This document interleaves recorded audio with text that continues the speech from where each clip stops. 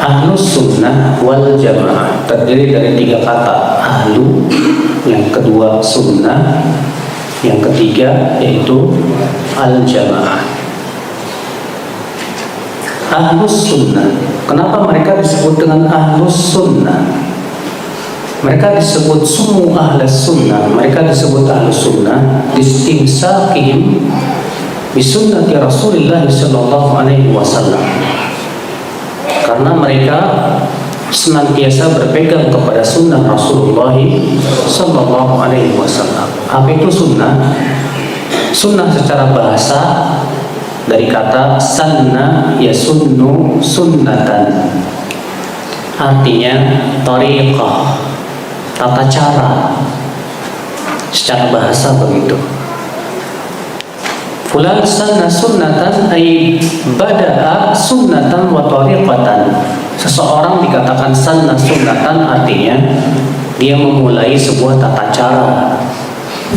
Makanya Nabi SAW bersabda, man sanna fil islami sunnatan hasanatan falahu ajruha wa ajru man amila biha min ghairi an yunqasa min ujurihim syai'a. Siapa yang memulai tata cara yang baik dalam Islam, maka bagi dia pahalanya dan pahala orang-orang yang mengikutinya tanpa dikurangi daripada pahala mereka sedikit pun juga.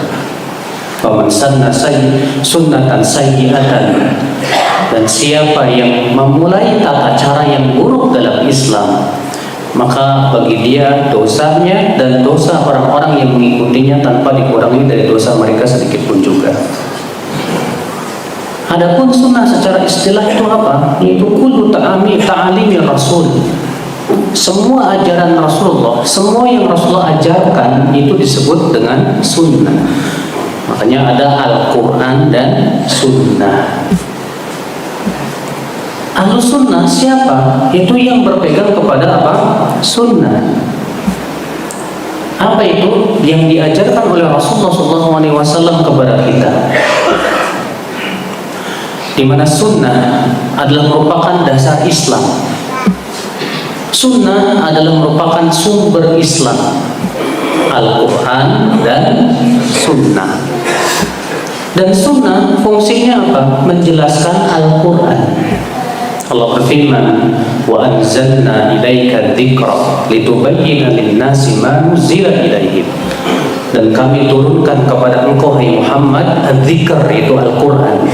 Untuk apa? Litubayyana lin-nas, agar kamu menjelaskan kepada manusia ma nuzila ilaihim, apa yang diturunkan kepada mereka tersebut. Berarti fungsi Rasulullah sebagai apa? Penjelas Al-Quran. Berarti sunnah Rasul itu yang menjelaskan Al-Quran. Kayaknya enakan begini ya. Tapi nggak masuk ke ini. Oh gitu. Di double. Jadi sunnah adalah yang menjelaskan Al-Quran. Makanya dari itu kalau ada orang yang berkata, kita nggak butuh sunnah, cukup Al-Quran. Bagaimana kita akan memahami Al-Quran, Pak? Apa ada di dalam Al-Quran sholat subuh 2 rakaat? Apa ada di dalam Al-Quran sholat itu dimulai dari takbiratul ihram sampai salam? Ada? Tidak ada. Apa ada dalam Al-Quran nisab zakat? Tidak ada. Iya enggak? Iya. Maka orang yang menolak sunnah berarti dia sudah menolak Al-Quran. Bahkan ia sudah menolak Islam secara keseluruhan. Maka mereka disebut ahlus sunnah. Kenapa? Karena mereka berpegang kepada sunnah Rasul. Sunnah Rasul bagi mereka segala-galanya. Al-Quran dan sunnah bagi mereka number one, di atas ucapan siapapun, di atas ucapan manusia. Karena firman Allah dan sabda Rasulullah itu adalah wahyu. Sedangkan wahyu lebih tinggi daripada pendapat manusia. Allah berfirman, ya ayyuhalladzina amanu la tuqaddimu baina yadayillahi wa rasulih. Hai orang-orang yang beriman, jangan mendahului Allah dan Rasulnya. Dalam surat Al-Hujurat ayat 1. Di sini Allah melarang kita untuk mendahului Allah dan Rasulnya. Apa maksudnya mendahului? Ya, kata Ibnu Abbas, "Ai la taqulu khilafa ma qalahu Allah wa rasuluh." Artinya jangan kalian mengucapkan kata-kata yang tidak sesuai dengan firman Allah dan sabda Rasulullah sallallahu alaihi wasallam. Lalu Allah berfirman di ayat yang kedua dalam surat Al-Hujurat, "Ya ayyuhalladzina amanu la tarfa'u aswatakum fawqa sautin nabi." Hai orang-orang yang beriman, jangan kalian mengangkat suara kalian di atas suara Nabi. Wala tajharu lahu bil qaul kajahri ba'dikum li ba'din an tahbata a'malukum wa antum la tash'urun. Dan jangan kalian mengeraskan suara kalian kepada Rasulullah sebagaimana kalian mengeraskan kepada sebagian yang lain. Supaya apa? Supaya Allah tidak membatalkan amalan kalian. Lihat, kata Syekh Ibn Sa'di, mengangkat suara melebihi suara Rasul itu bisa membatalkan amal. Bagaimana kalau kita mengangkat pendapat kita di atas pendapat Rasul? Bagaimana kalau kita mengangkat pendapat seseorang di atas pendapat Rasul? Maka dari itulah saudara-saudaraku sekalian, ya, kita Ahlus Sunnah wal Jamaah dan siapapun yang mengaku Ahlus Sunnah wal Jamaah tidak boleh mendahulukan ucapan siapapun di atas ucapan Allah dan Rasulnya. Dan ini yang dinasihati oleh para ulama kita. Al-Imam Asy-Syafi'i, kenal Imam Syafi'i? Siapa yang nggak kenal? Orang Indonesia semua pasti ngaku mazhab Syafi'i, benar nggak? Siapa namanya? Katanya mazhab Syafi'i, kenal Imam Syafi'i. Ada yang tahu namanya siapa? Muhammad bin Idris. Lahir tahun berapa, Pak? Lahir tahun 150, wafat tahun berapa? 204 Hijriah. Imam Syafi'i rahimahullah ini, Masya Allah, nasihat-nasihatnya untuk berpegang kepada sunnah luar biasa. Imam Syafi'i berkata, "Idza wajadtum fi kitabi ma yukhalifu qawla rasul fal qawlu ma qalahu rasul."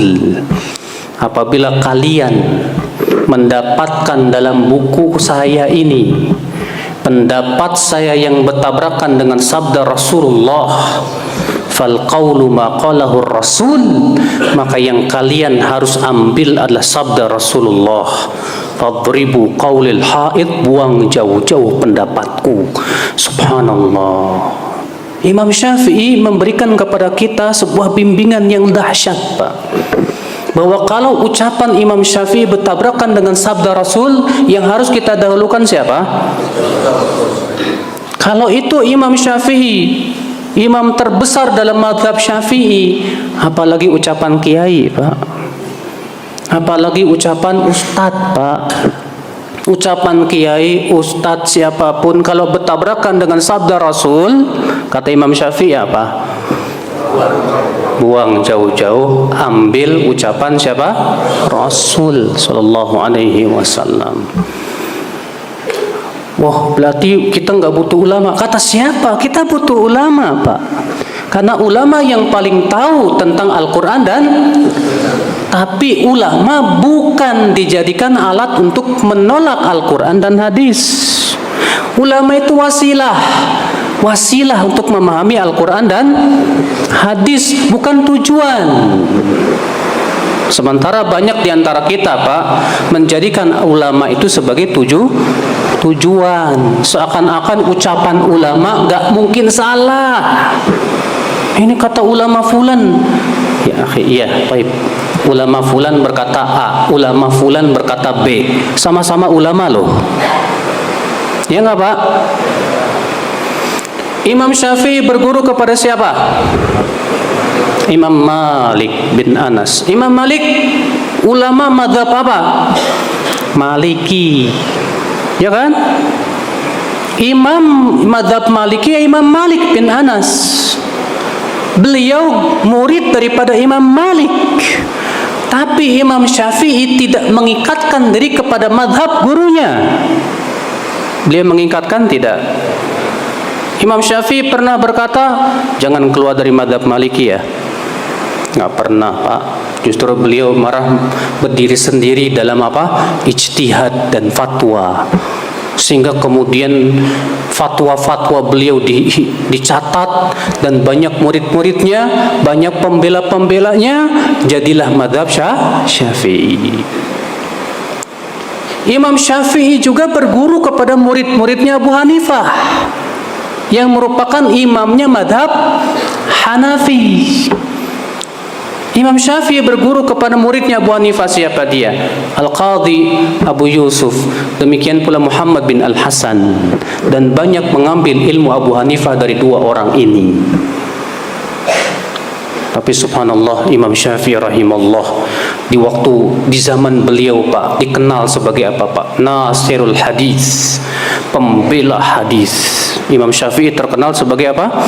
Pembela hadis. Memang demikian, ahlus sunnah itu harus membela hadis. Ya. Kenapa? Siapapun yang mengaku dirinya ahlus sunnah, dia harus cinta sunnah, Pak. Cinta apa?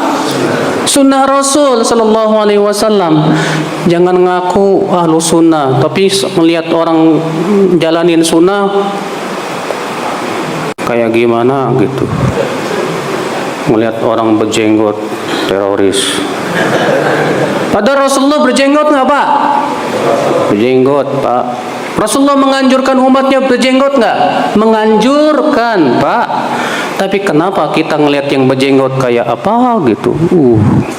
Anak buah Imam Samudra, anak buah. Aduh, ya katanya saya ahlus sunnah. Ahlus sunnah harus cinta sunnah dong. Kalaupun Bapak tidak berjenggot, setidaknya Bapak tidak membenci orang yang berjenggot.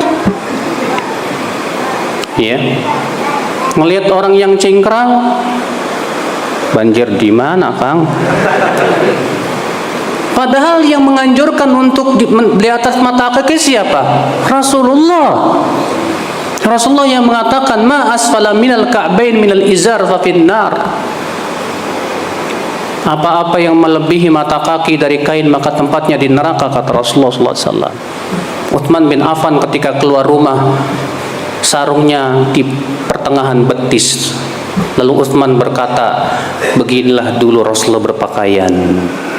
Sementara kita ngelihat yang cingkrang, melotot.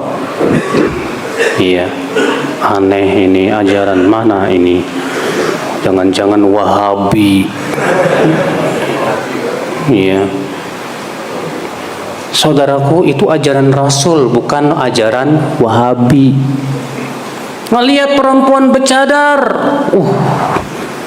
ya, kenapa, Pak? Karena di masyarakat kita yang namanya cadar itu kan nggak apa sih, nggak masyhur lah, hampir nggak ada gitu ya. Pas ngelihat yang bercadar, ninja. Ya. Padahal cadar itu adalah dianjurkan oleh Rasul. Bahkan pendiri Nahdlatul Ulama NU, Kiai Haji Hashim Asy'ari, beliau termasuk yang mewajibkan cadar. Iya, Pak. Maka dari itulah saudara-saudaraku sekalian, ikhwatul Islam, kalau kita ngaku ahlus sunnah, kita harus cinta sunnah. Kita berusaha untuk menghidupkan apa? Sunnah Rasul sallallahu alaihi wasallam. Baru disebut ahlus sunnah. Jangan ngaku ahlus sunnah kalau masih benci sama sunnah Rasul sallallahu alaihi wasallam. Jangan ngaku ahlus sunnah kalau ternyata perbuatan kita masih sangat jauh daripada sunnah Rasul sallallahu alaihi wasallam. Emang ahlus sunnah itu cuma ngaku-ngaku doang? Kalau ngaku-ngaku semua orang bisa, Pak. Iya enggak? Iya, semua orang bisa. Ya ahlus sunnah wal jamaah. Apa itu al jamaah? Al-jamaah dalam bahasa Arab dari kata jamaah, yajma'u, artinya mengumpulkan. Secara bahasa jamaah itu artinya perkumpulan. Ini secara bahasa ya. Adapun secara istilah ditafsirkan oleh Rasulullah dalam hadis yang diriwayatkan oleh Imam Abu Daud dalam sunannya, demikian pula Al-Hakim dalam Mustadraknya. Ketika Rasulullah mengabarkan umat Islam berpecah belah menjadi berapa golongan, Pak? 73 golongan. Rasulullah mengabarkan yang selamat berapa, Pak? 1. Siapa mereka ya Rasulullah? Kata Rasulullah, humul jamaah. Mereka itu al-jamaah. Siapa mereka al-jamaah? Kata Rasulullah, ma ana alaihi wa ashabi, yaitu yang aku dan para sahabatku di atasnya. Itulah al-jamaah. Jadi al-jamaah ditafsirkan oleh Rasulullah apa? Yang aku dan para sahabatku di atasnya. Berarti kita, siapapun yang mengaku dirinya al-jamaah, ahlus sunnah wal jamaah, berarti dia harus mengikuti para sahabat. Ya tidak? Iya. Kenapa para sahabat, Pak? Karena para sahabat generasi yang terbaik. Bapak yakin itu? Wajib diyakini, Pak. Satu-satunya generasi yang dipuji oleh Allah dalam Al-Quran siapa? Para sahabat. Rasulullah Allah Ta'ala berfirman dalam surat At-Taubah ayat 100. Was-sabiqunal awwaluna minal muhajirin wal ansar walladzina taba'uuhum bi ihsanin radhiyallahu anhum wa radu an. Dan orang-orang yang pertama kali masuk Islam dari kalangan muhajirin dan ansar, dan orang-orang yang mengikuti mereka. Mereka di sini siapa? Muhajirin dan ansar. Dan orang-orang yang mengikuti mereka, Allah ridho kepada mereka. Allah ridho kepada muhajirin dan ansar, dan Allah ridho kepada orang yang mengikuti muhajirin dan ansar. Masya Allah. Makanya Imam Syafi'i, Pak, termasuk ulama yang paling keras dalam masalah apa? Berpegang kepada pemahaman sahabat. Rabi' bin Sulaiman, murid Imam Syafi'i, meriwayatkan Imam Syafi'i berkata begini, memuji para sahabat. Waqad athna Allah tabaraka wa ta'ala ashab Muhammadin sallallahu alaihi wasallam fi kitabihi wa ala lisani rasulih sallallahu alaihi wasallam. Allah telah memuji para sahabat dalam Al-Quran dan melalui lisan Rasulullah sallallahu alaihi wasallam. Lalu Imam Syafi'i berkata apa? Wahum fauqana fi kulli ilmin wa aqlin wa dinin wajtihadin wastimbatin wastidrak. Mereka para sahabat di atas kita. Kita di sini maksudnya Imam Syafi'i, bukan kita ini, Pak, ya. Imam Syafi'i berkata, mereka para sahabat di atas kita. Kalau Imam Syafi'i ngomong gitu, apalagi kita yang ilmunya nggak sekukunya Imam Syafi'i, Pak.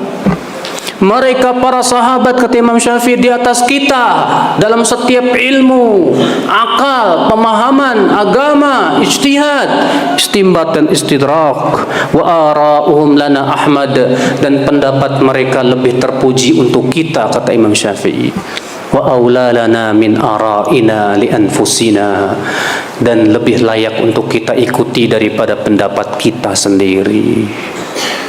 Sampai Imam Syafi'i begitu, Pak. Bahkan dalam kitab beliau yang berjudul Ar-Risalah, demikian pula kitab Imam Syafi'i yang berjudul Jima'ul Ilm, beliau memberikan sebuah kaidah. Apabila seorang sahabat berpendapat dan ternyata tidak ada sahabat lain yang menyelisih sahabat ini, fahuwa indana hujjah, kata beliau, maka menurut kami, kata Imam Syafi'i, itu hujjah, dalil, Pak. Sampai demikian Imam Syafi'i rahimahullah. Maka dari itulah muridnya Imam Syafi'i yang bernama Imam Ahmad mengikuti jejak kaki Imam Syafi'i. Imam Ahmad berkata dalam kitab beliau Aslus Sunnah, min usulis sunnati indana at-tamasuk bima kana alaihi ashabu Rasulillah sallallahu alaihi wasallam. Di antara pokok sunnah di sisi kami, berpegang kepada apa yang dipegang oleh para sahabat Rasulullah sallallahu alaihi wasallam. Imam Syafi'i pun juga mengambil dari gurunya Imam Malik, di mana Imam Malik pun juga menyuruh untuk kembali kepada pemahaman para sahabat. karena mereka yang menyaksikan wahyu turun. Al-Quran Pak dan hadis bahasanya mereka sehari-hari. Mereka melihat Rasulullah mempraktekkan langsung Al-Quran dan hadis. Mereka mendengar langsung penafsiran Rasulullah SAW. Tentu mereka lebih tahu dong dari kita, ya enggak? Tentu para sahabat lebih paham tentang agama dari kita, Pak. Maka pemahaman siapapun yang tidak mengikuti pemahaman para sahabat menyimpang. Siapapun yang tidak sesuai dengan apa yang dipahami oleh para sahabat tersesat jalan. Maka berarti Pak, Ahlus Sunnah wal Jamaah itu siapa? Disebut Ahlus Sunnah wal Jamaah mereka yang berpegang kepada sunnah Rasul dan berpegang kepada pemahaman para sahabat Rasulullah sallallahu alaihi wasallam. Seluruh ulama madhab dari imam yang 4 sepakat dasar ini, baik madhab Maliki, Hanafi, Syafi'i, Hambali, semua sepakat merujuk pemahaman para sahabat Rasulullah sallallahu alaihi wasallam. Nah, jadi inilah Pak yang disebut dengan Ahlus Sunnah wal Jamaah. Jadi Pak, kalau Bapak ada orang ngaku saya aswaja, apa itu aswaja? Ahlus Sunnah wal Jamaah. Maaf, ini bukan sebatas pengakuan ya. Siapapun yang mengaku aswaja Ahlus Sunnah wal Jamaah harus dilihat gimana nih akidahnya dia, ibadahnya, akhlaknya, muamalahnya. Apakah sesuai dengan sunnah Rasul sallallahu alaihi wasallam? Apakah sesuai dengan pemahaman para sahabat Rasulullah sallallahu alaihi wasallam? Nah, Bapak sekalian, setelah kita mengenal siapa Ahlus Sunnah wal Jamaah, kita ingin membahas kapan sih munculnya penamaan Ahlus Sunnah. Pak, di zaman Rasul belum ada penamaan itu, Pak. Zaman Rasul adanya Muslim, Islam. Allah berfirman, huwa sammakumul muslimin. Dia Allah yang telah menamai kalian kaum muslimin. Kenapa? Karena di zaman Rasul belum muncul perpecahan. Perbedaan akidah belum ada. Semuanya rujuk kepada Rasul. Di zaman sahabat belum muncul, terutama di zaman Abu Bakar, Umar, Uthman. Tapi di akhir-akhir zaman Uthman mulai ada orang Yahudi pura-pura masuk Islam. Namanya Abdullah bin Saba. Ya. Karena di saat itu Pak, Islam itu kekuatan superpower. Negara adik kuasa di zaman itu, Persia dan Romawi, hancur oleh Islam, Pak. Mereka tidak mungkin menghancurkan Islam melalui fisik.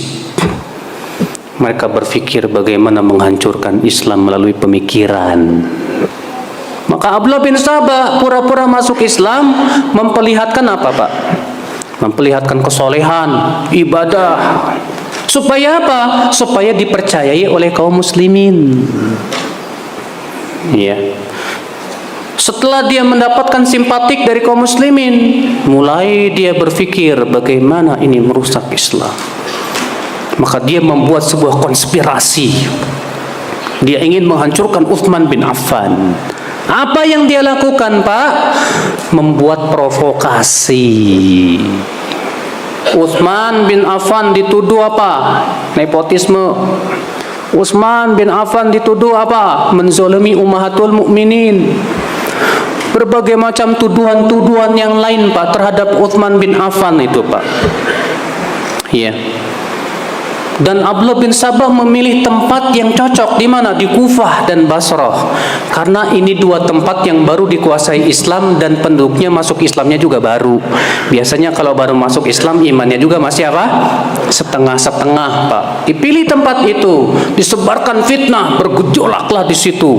Marahlah mereka kepada Utsman bin Affan. Datang, Pak, ngedemo Utsman, minta Utsman turun jabatan. Tapi Utsman menjelaskan bahwa itu bohong. Pergilah mereka, tapi di tengah jalan ada surat yang didustakan atas Ummul Mukminin Aisyah. Ya, dengan stempel Aisyah. Pinternya mereka menjiplak tuh Pak. Isinya apa surat itu Pak? Bunuh Utsman. Kemudian balik lagi ke kota Madinah, mengepung rumah Utsman selama 20 hari dan berhasil membunuh Utsman. Berhasil. Konspirasi Yahudi ini tidak berhenti sampai situ. Si Abdullah bin Sabah ini Pak menebarkan pemikiran apa? Katanya yang berhak menjadi khalifah setelah Rasulullah itu sebetulnya Ali bin Abi Thalib. Abu Bakar dan Umar itu sudah menzolimi Ali bin Abi Thalib. Bahkan tidak sampai situ Pak. Mereka, Abdullah bin Sabah sampai mengatakan apa? Itu Jibril salah alamat. Harusnya ke Ali, bukan kepada Nabi Muhammad. Bukan sampai situ saja Pak. Si kelompok si Abdullah bin Sabah ini mengklaim bahwa Ali itu sebetulnya Tuhan. Maka kelompok Sabaiyah ini mempertuhankan Ali Pak. Maka di zaman Ali bin Abi Thalib, Ali menangkapi kelompok Sabaiyah ini. Bapak silakan, kisahnya disebutkan oleh Ibnu Katsir dalam kitab beliau Al-Bidayah wan Nihayah. Al-Imam An-Nasai dalam sunannya juga menyebutkan sebagian kisahnya, di mana Ali bin Abi Thalib menangkapi kelompok Sabaiyah itu Pak. Setelah ditangkap, Ali bertanya kepada mereka, "Masya'nukum, kenapa kalian itu?" Apa kata mereka? "Kami meyakini, hai Ali, engkau itu Tuhan, pencipta langit dan bumi, pengatur alam semesta." Wah, Ali marah dan berkata, "Kalau kalian tidak bertaubat, aku akan bakar kalian." Apa kata mereka? "Kami semakin beriman engkau Tuhan, karena tidak ada yang mengadab dengan api kecuali Tuhan." Akhirnya dibakar hidup-hidup oleh Ali bin Abi Thalib, kelompok Sabaiyah ini Pak. Muncul ini Pak, ya, kelompok yang mempertuhankan. Muncul lagi kemelut perang antara pasukan Muawiyah dan Ali. Bukan Muawiyah ingin memberontak, nggak ada Muawiyah itu keinginan memberontak Pak. Karena Muawiyah itu hanya ingin mengirim pasukan untuk apa? Membalas dendam terhadap para pembunuh Utsman bin Affan. Itu tujuannya Muawiyah, bukan mau memerangi Ali. Salah. Ketika Ali mendengar Muawiyah mengirimkan pasukan, Ali jaga-jaga juga. Dikirim lagi pasukan. Tapi provokasi, ya, provokator kembali. Akhirnya apa yang terjadi? Terjadilah perang. Dan subhanallah Pak, perang antara Ali dan Muawiyah ini disebut oleh para ulama perang terindah di dunia. Gimana nggak terindah? Pas lagi perang sholat berhenti dulu, sholat berjamaah ya rendengan. Ya, subhanallah Bapak sekalian. Mulailah Pak kelompok-kelompok yang ingin merusak Islam itu apa Pak? Muncul. Belum lagi pemikiran-pemikiran Syiah muncul, Khawarij muncul. Ketika perang antara Ali dan Muawiyah, kemudian terjadi perdamaian antara Ali dan Muawiyah, memisahkan dirilah sekitar 12.000 orang di Haruro namanya. Mereka disebut dengan kelompok Haruriyah, disebut Khawarij. Mengkafirkan Ali, mengkafirkan siapa? Muawiyah, dan mengkafirkan pengikut-pengikutnya tuh orang-orang Khawarij itu Pak. Ya. Hanya karena apa? Gara-garanya begini. Ali mengirim Amr bin Abu Musa al-Ash'ari sebagai apa? Utusan dalam perdamaian. Muawiyah mengirim Amr bin al-As sebagai utusan. Nah, ini orang Khawarij ini berkata apa? Oh, kok Ali menyerahkan hukum kepada manusia? Kok Muawiyah menyerahkan hukum kepada manusia? Bukankah Allah berfirman, "Inil hukmu illa lillah." Hukum hanya milik Allah. Berarti Ali tidak berhukum dan hukum Allah. Sementara Allah mengatakan, "Wa man lam yahkum bima anzalallahu fa ulaika humul kafirun." Siapa yang tidak berhukum dan hukum Allah maka dia kafir. Oh, berarti Ali kafir. Muawiyah kafir. Yang tidak mau mengkafirkan orang kafir, kafir. Orang kafir halal darahnya. Wah, mereka berkumpullah Pak di Haruro, Pak. Tadinya mereka belum bikin apa? Keonaran. Sama Ali bin Abi Thalib dibiarkan. Karena belum bikin apa? Keonaran. Tapi ketika mereka sudah mulai berbuat keonaran, membunuhi, mulailah Ali bermusyawarah dengan para sahabat. Bagaimana ini? Para sahabat yakin bahwa ini adalah Khawarij yang dimaksud oleh Rasulullah sallallahu alaihi wasallam. Namun Ibnu Abbas minta izin kepada Ali. Wahai Amirul Mukminin, izinkan dulu saya berdebat sama mereka. Saya mau datangi mereka ya. Kata Ali apa? Jangan, nanti kamu dibunuh sama mereka. Tenang Ali. Ibnu Abbas datang Pak ke Haruro dengan memakai pakaian yang bagus. Lalu Ibnu Abbas berkata, Assalamualaikum. Tapi sama mereka nggak dijawab salamnya Pak, karena mereka menganggap Ibnu Abbas kafir. Apa kata mereka? Marhaban ibni ammi Rasulillah. Selamat datang anak paman Rasulullah. Ma'ji tabi. Ada apa kamu datang kemari? Apa kata Ibnu Abbas Pak? Ji'tukum min indi ashabi Rasulillah wa alaihim unzilal Quran wa hum a'lamun nasi bih. Aku datang dari sisi para sahabat Rasulullah. Kepada mereka Al-Quran turun dan mereka yang paling tahu tentang ayat Al-Quran. Dan aku tidak melihat di antara kalian yang pernah menjadi sahabat Rasulullah sallallahu alaihi wasallam. Masya Allah, Ibnu Abbas jawabannya udah bikin mereka diem loh Pak. Apa kata Ibnu Abbas? Sebetulnya apa sih alasan kalian seperti ini? Kata mereka 3 perkara. Apa itu? Sebutkan, kata Ibnu Abbas. Yang pertama, Ali memerangi Aisyah, tapi tidak menawan, tidak ada tawanan. Yang kedua, waktu perdamaian Ali dan Muawiyah, Ali tidak mau menyebut dirinya Amirul Mukminin. Kalau bukan Amirul Mukminin, berarti Amirul Kafirin. Yang ketiga, Ali menyerahkan hukum kepada Abu Musa. Itu kan namanya menyerahkan hukum kepada manusia. Berarti Ali tidak berhukum dengan hukum Allah. Apa kata Ibnu Abbas? Bagaimana kalau aku bisa menjawab alasan kalian satu persatu? Kalian mau rujuk tidak? Yang satu berkata, udah jangan jidal sama orang Quraisy, karena Allah mengatakan tentang orang Quraisy itu suka berdebat. Yang satu berkata, enggak, kita debat sudah. Baik, coba silakan kamu jawab. Adapun perkataan kalian bahwasannya Ali menyerahkan hukum kepada manusia, aku akan bacakan suatu ayat di mana Allah menyerahkan hukum kepada manusia dalam urusan kebaikan suami dan istri.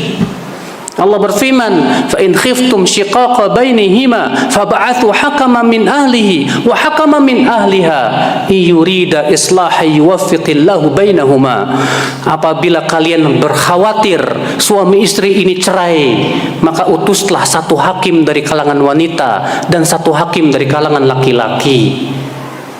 Saya mau bertanya kepada kalian, mewakilkan, menyerahkan kepada hakim dalam masalah suami istri atau masalah darah, mana yang lebih berhak? Diam mereka Pak, nggak bisa jawab. Kata Ibnu Abbas, bagaimana? Aku sudah menjawab yang ini. Oke, itu sudah terjawab. Yang kedua, Ali bin Abi Thalib tidak menamai dirinya Amirul Mukminin. Saya akan ceritakan bagaimana di perang Hudaybiyah dulu. Waktu itu Rasulullah SAW mengadakan perjanjian dengan kaum Quraisy.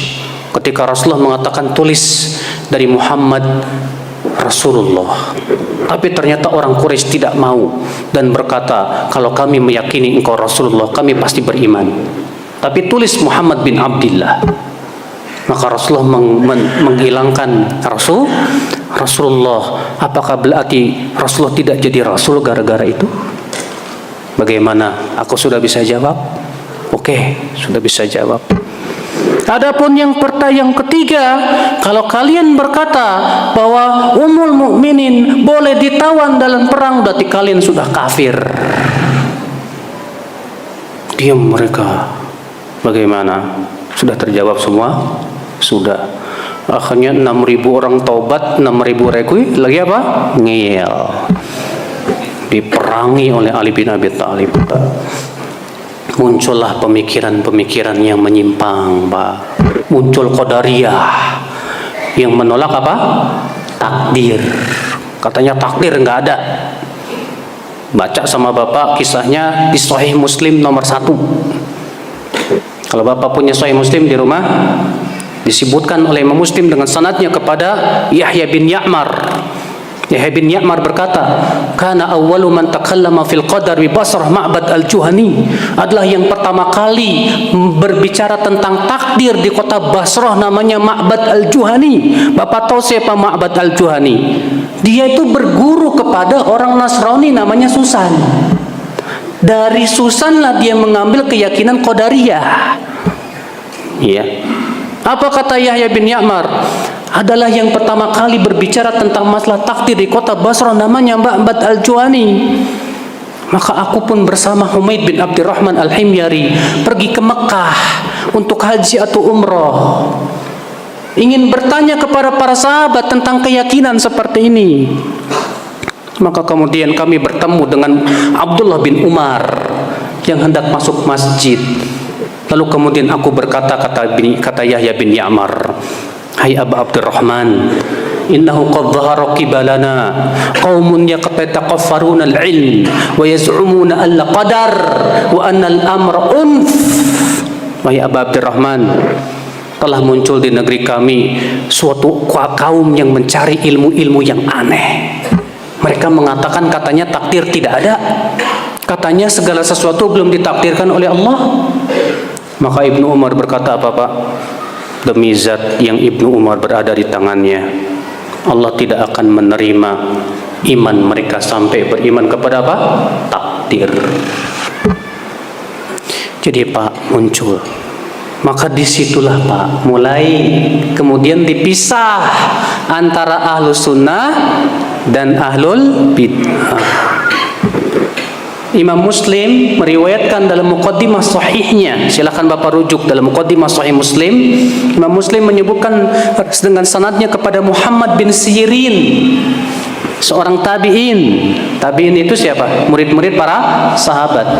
Apa kata Muhammad bin Sirin? Lam yakunu yas'aluna 'anil isnad.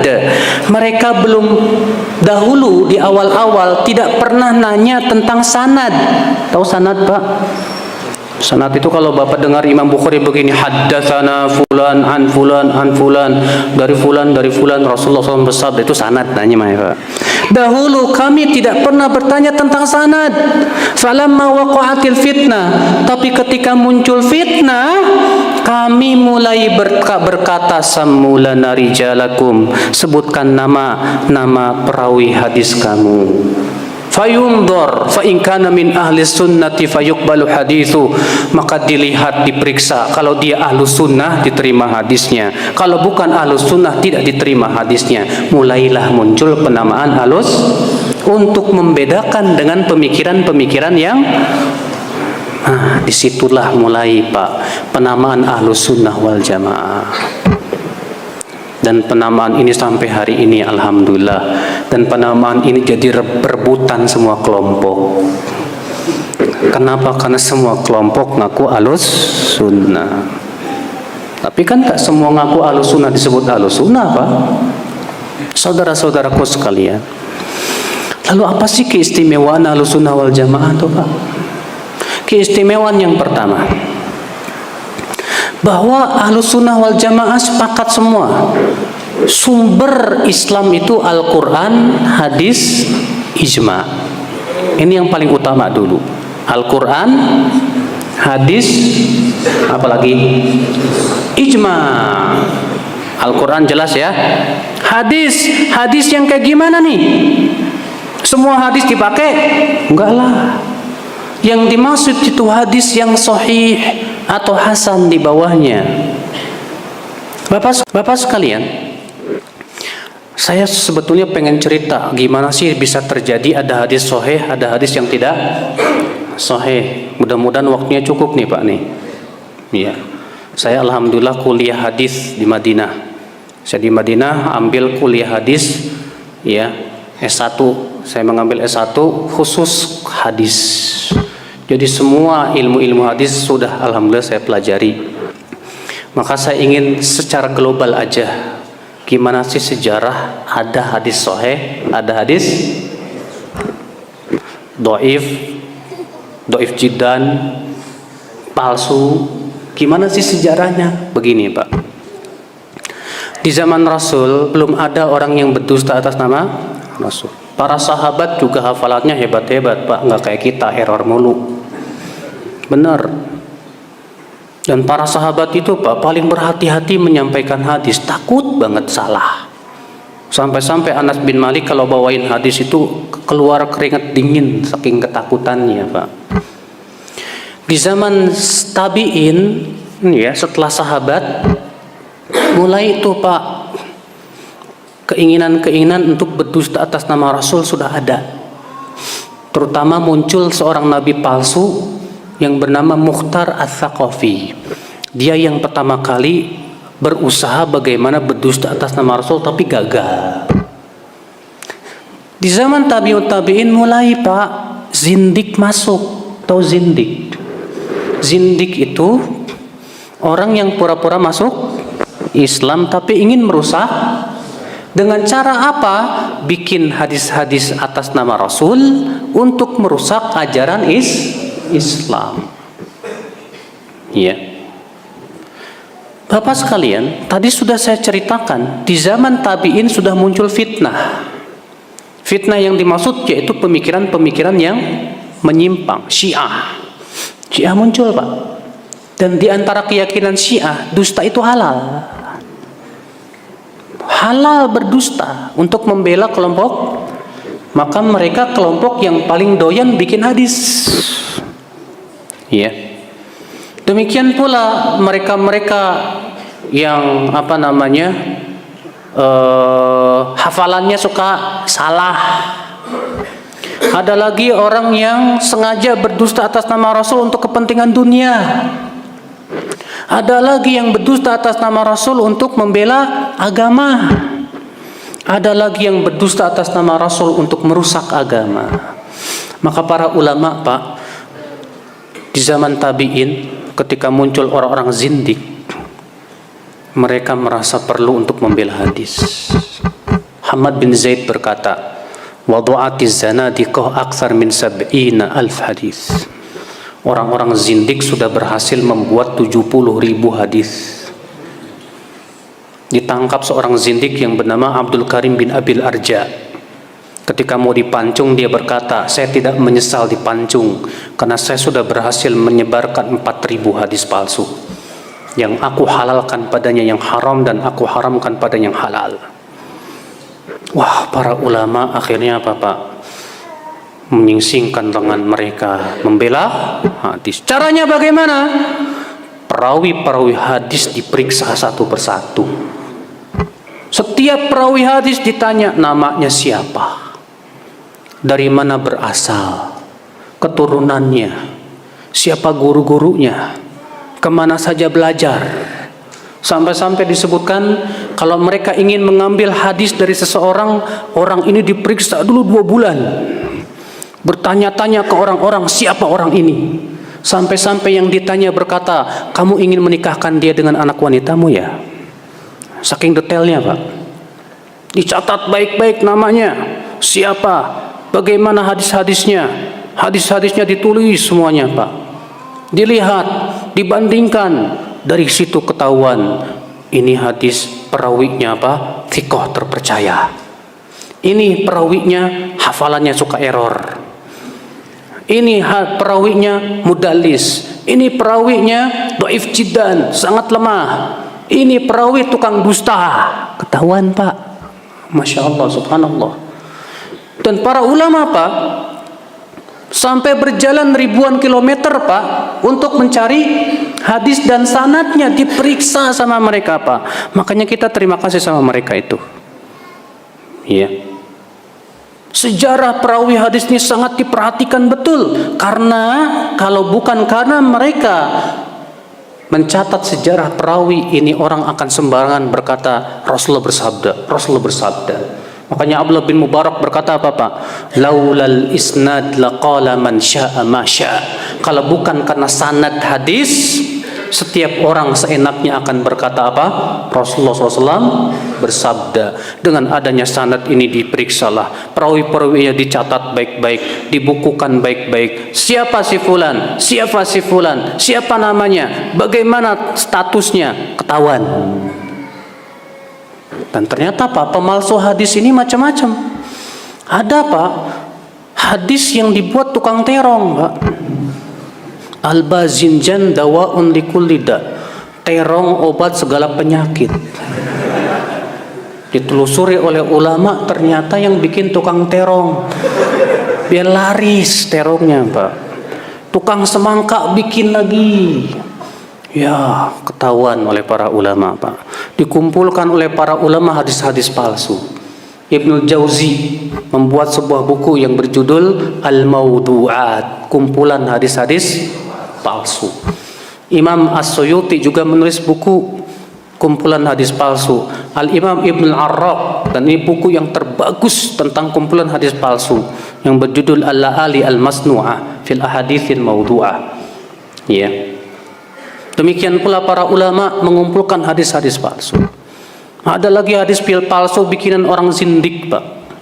Zindik itu tadi orang yang pura-pura masuk Islam. Ada lagi ya bikin tes. Ya, dikumpulkan sama para ulama agar diketahui bahwa ini semua hadis palsu. Tapi mohon maaf Pak, kita umat Islam Indonesia tidak merasakan perjuangan para ulama membela hadis. Kenapa? Karena ternyata kita seringkali ngamalin hadis palsu. Enggak sadar kalau kita sudah mengamalkan hadis. Disampaikan hadisnya palsu Pak. Hadis palsu juga hadis. Ya Allah. Disampaikan hadisnya dhaif Pak. Ya, dhaif juga hadis. Para ulama mengklarifikasi ini sahih, ini hasan, ini dhaif itu bukan karena tidak ada manfaatnya Pak. Kenapa sih disebut hadis dhaif coba Pak? Hadis dhaif itu kalau sanadnya ada dua sebab kedhaifan. Yang pertama karena sanadnya terputus. Ada rantai perawi yang hilang, siapa dia tidak diketahui. Paham tidak Pak? Sebab yang kedua, perawinya cacat. Dan Bapak tahu tidak Pak, cacat hadis yang paling ringan dari seorang perawi kapan disebutnya? Disebut dia sayyi'ul hifdz, buruk hafalan. Kapan disebut buruk hafalan?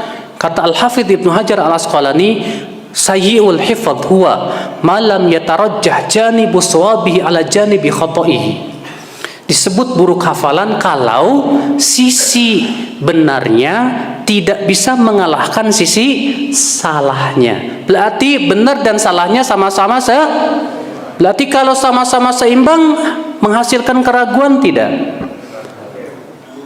Menghasilkan keraguan. Sedangkan Rasulullah bersabda apa? Da'ma yaribuk, tinggalkan yang meragukan. Semua yang sifatnya meragukan ditinggalkan. Makanya terjadi perselisihan ulama, bolehkah mengamalkan hadis dhaif dalam fadilah amal? Sebagian ulama mengatakan boleh, nggak apa-apa. Selama banyak ulama hadis seperti Imam Bukhari, Imam Muslim mengatakan nggak boleh. Kenapa? Karena hadis dhaif itu hanya menghasilkan keraguan. Sedangkan Rasulullah mengatakan tinggalkan yang. Bagaimana kita mengamalkan sesuatu yang meragukan? Nggak bisa. Maka mereka menolak hadis dhaif untuk dijadikan hujah dalam masalah agama ini. Dan itu pendapat yang saya kuatkan, bahwa hadis dhaif nggak boleh dipakai. Cuma masalahnya kan kita masih pakai hadis dhaif Pak. Sadar tidak sadar banyak di antara kita masih pakai hadis dhaif, hadis palsu bahkan. Saya berikan contoh. Bapak kalau makan doanya apa? Allahumma barik lana fima razaqtana wa qina adzabannar. Itu hadis doif banget, Pak. Doifnya bukan ringan, berat itu, Pak. Iya. Justru yang Rasulullah ajarkan apa? Cukup baca hadisnya sahih dalam riwayat Muslim. Bismillah. Dalam riwayat Tirmidzi, Rasulullah juga mengajarkan Allahumma barik lana fihi wa at'imna khairam minhu. Begitu dalam riwayat Tirmidzi, dan Tirmidzi menghasankannya. Ya. Coba Bapak dan Ibu-ibu sekalian, mungkin Bapak tidak percaya, ya kalau Bapak tidak percaya silahkan rujuk langsung kitab-kitab para ulama dan periksa hadis-hadisnya, perawi-perawinya. Memang betul hadisnya dhaif banget.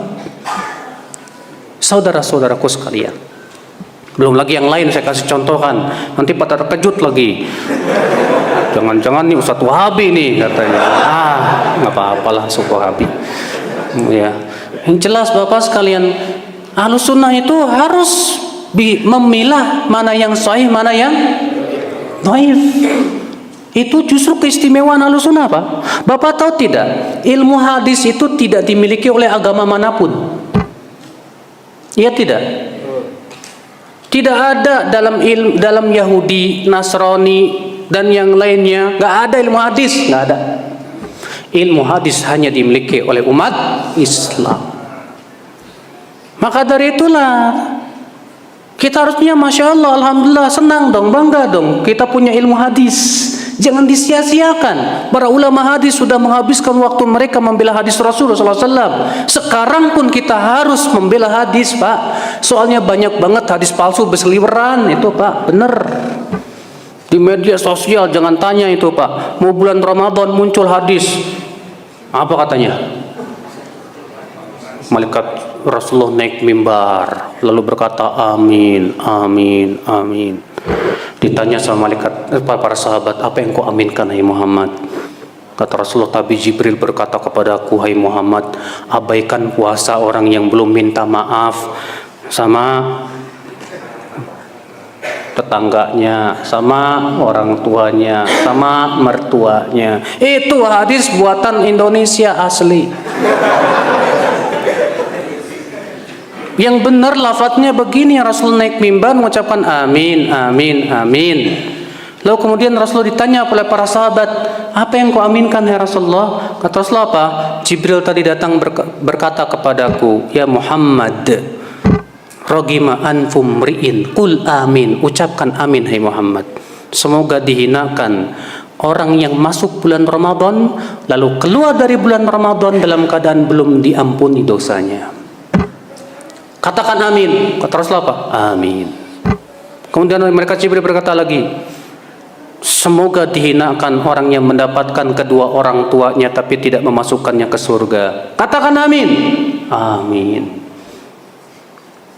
Yang ketiga Rasulullah Jibril berkata lagi, semoga dihinakan orang yang disebutkan namamu di sisinya tapi tidak bersalawat kepadamu. Ayo, bersalawat enggak tadi? Salawat. Kata Rasulullah apa? Amin. Tuh, lihat. Sallallahu alaihi wasallam. Itu yang sahih, yang ada dalam Musnad Imam Ahmad dan yang lainnya. Tapi sama ini orang pemalsu, depannya doang Pak diambil, matanya bikin sendiri. Masya Allah. Makanya Bapak sekalian, ya, kita harus kritis. Sebelum mengamalkan hadis, tanya dulu, periksa dulu, ini sahih apa enggak? Kalau enggak sahih jangan diamalkan. Kalau sahih alhamdulillah. Ustaz, kami tahu dari mana hadis ini atau Bapak dhaif. Kami kan enggak pernah kuliah hadis. Ya udah, kewajiban Bapak tanya kepada ahlinya. Tanya sama ustadz yang memang paham tentang ilmu hadis. Ustadz, ini hadis sahih apa dhaif? Kata ustadz, sahih. Ya udah, kalau salah yang nanggung dosanya ustadznya.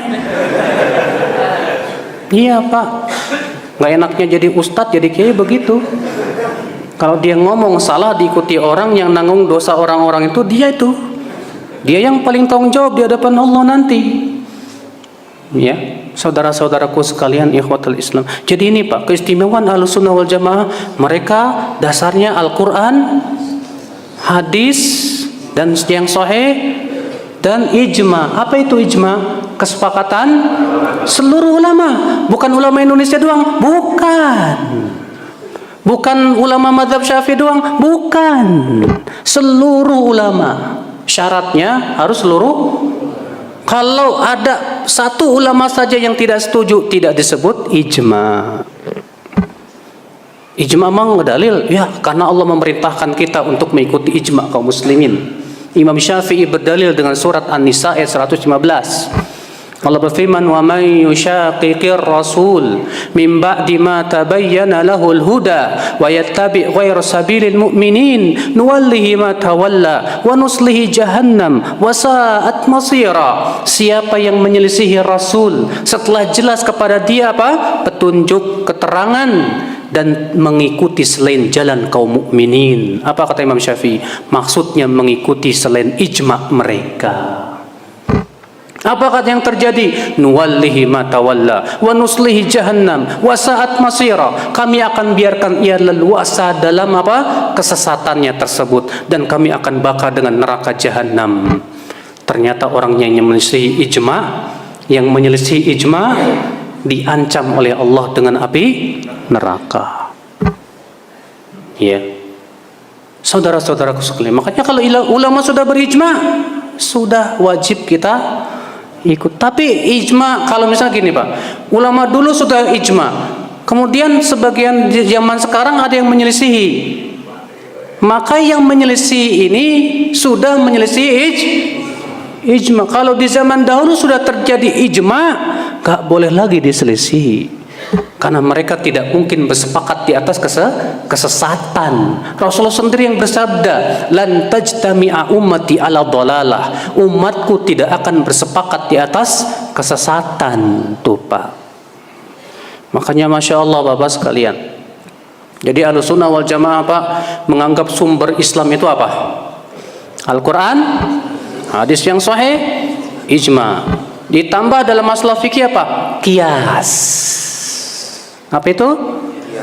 Tapi Pak, Imam Syafi'i memberikan kepada kita sebuah bimbingan yang luar biasa juga masalah qiyas Pak. Apa kata Imam Syafi'i? Innama yusaru inda darurah. Boleh pakai qiyas ketika darurat saja. Maksudnya apa? Iya, maksudnya qiyas itu boleh dipakai kalau sudah tidak menemukan dalil lagi. Kalau sudah tidak ada nas dalam Al-Quran dan hadis, baru kita kiaskan. Imam Ahmad memberikan permisalan kias itu seperti bangke. Kalau sudah tidak ada makanan yang halal, sudah nggak ada makanan, adanya bangke, baru pakai bangke. Demikian pula kias. Jangan dulu pakai kias selama masih ada dalil. Maka kias yang bertabrakan dengan dalil itu kias yang salah.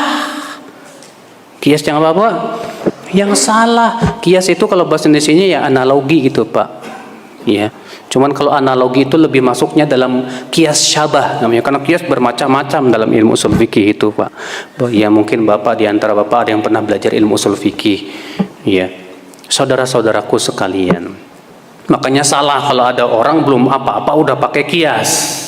Belum nyari dalil udah pakai kias, salah besar. Ya, Bapak dan Ibu-ibu sekalian, makanya ulama aja Pak bisa jadi salah kiasnya, ya, dan disalahkan oleh ulama lain gara-gara mereka tidak sampai kepadanya dalil, dan ternyata kiasnya bertabrakan dengan dalil. Contoh, Imam Abu Hanifah mengatakan apa? Wanita yang sudah dewasa boleh menikahkan dirinya tanpa wali dan 2 saksi, nggak apa-apa. Dikiaskan kepada akad jual beli. Jadi akad nikah dikiaskan dengan akad jual beli. Kalau perempuan jual beli kan nggak perlu ada saksi, nggak apa-apa, nggak perlu ada wali, nggak apa-apa.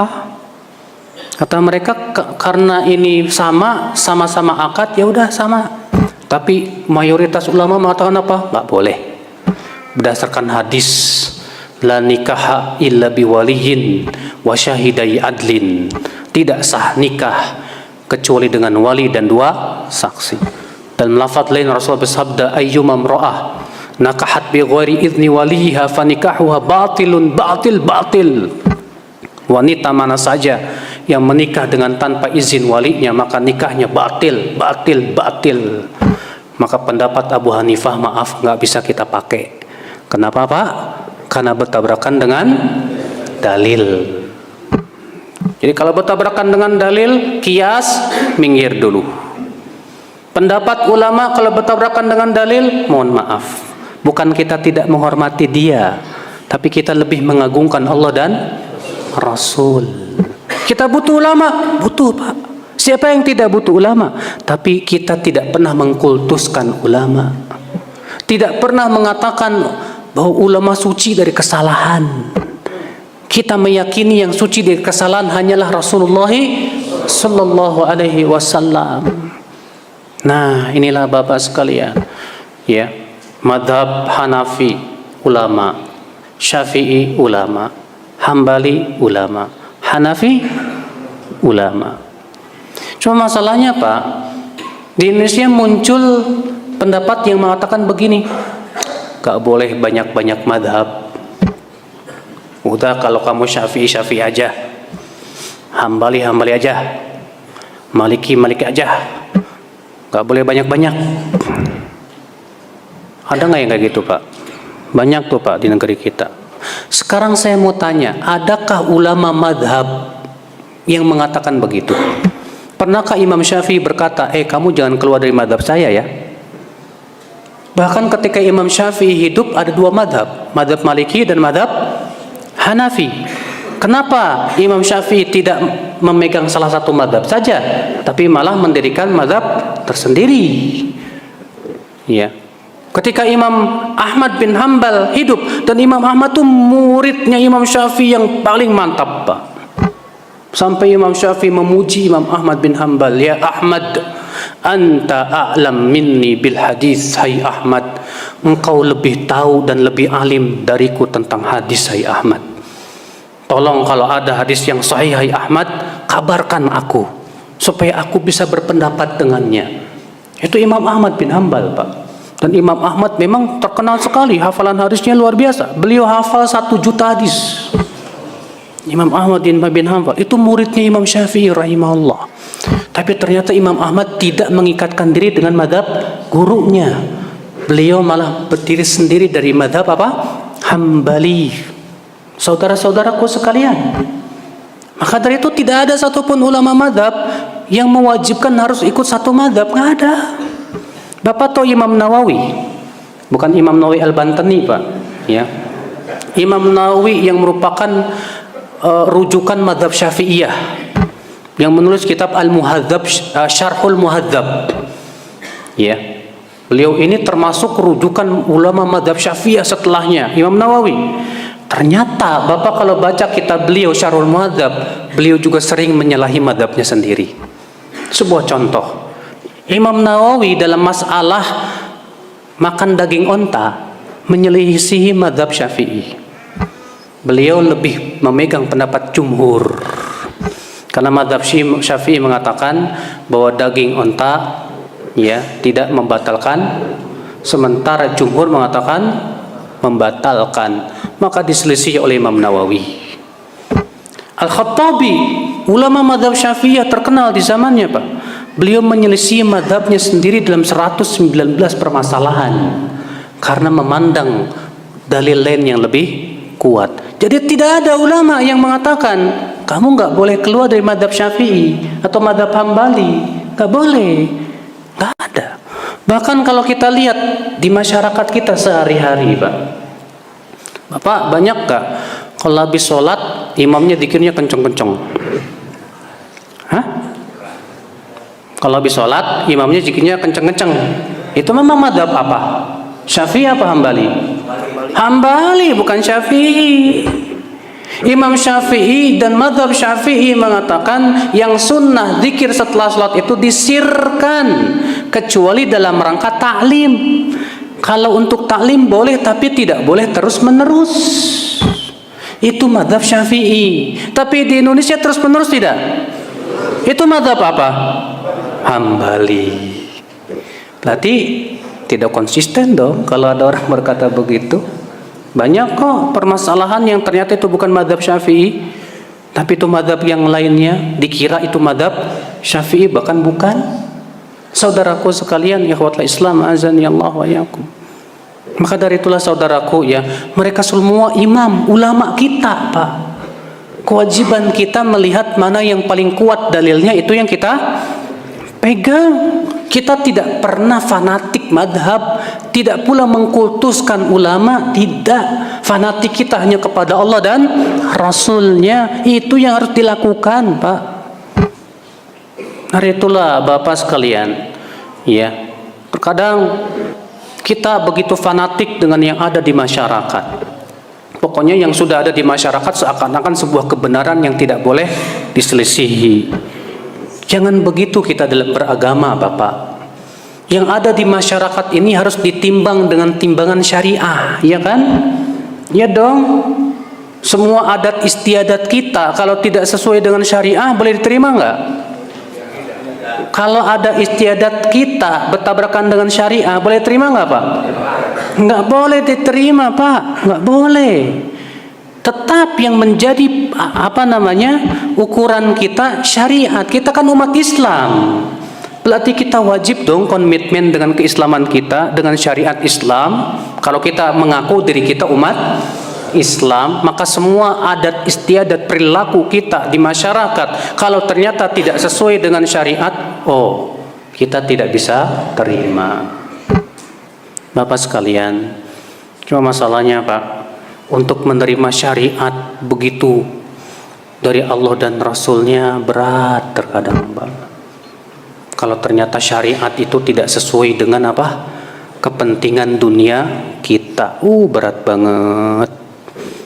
Ya, kalau ternyata syariat itu nggak sesuai dengan selera kita, berat banget, Pak. Ya nggak, Pak. Makanya kalau menjalankan syariat itu, Pak, harus sami'na. Bapak siap nggak sami'na wa ata'na? Benar. Ya. Sami'na wa ata'na itu adalah ketundukan yang total kepada Allah dan Rasulnya.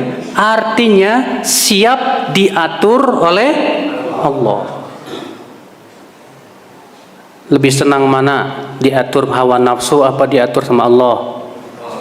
Benar. Kan harus jujur, Pak. Ya, harus jujur.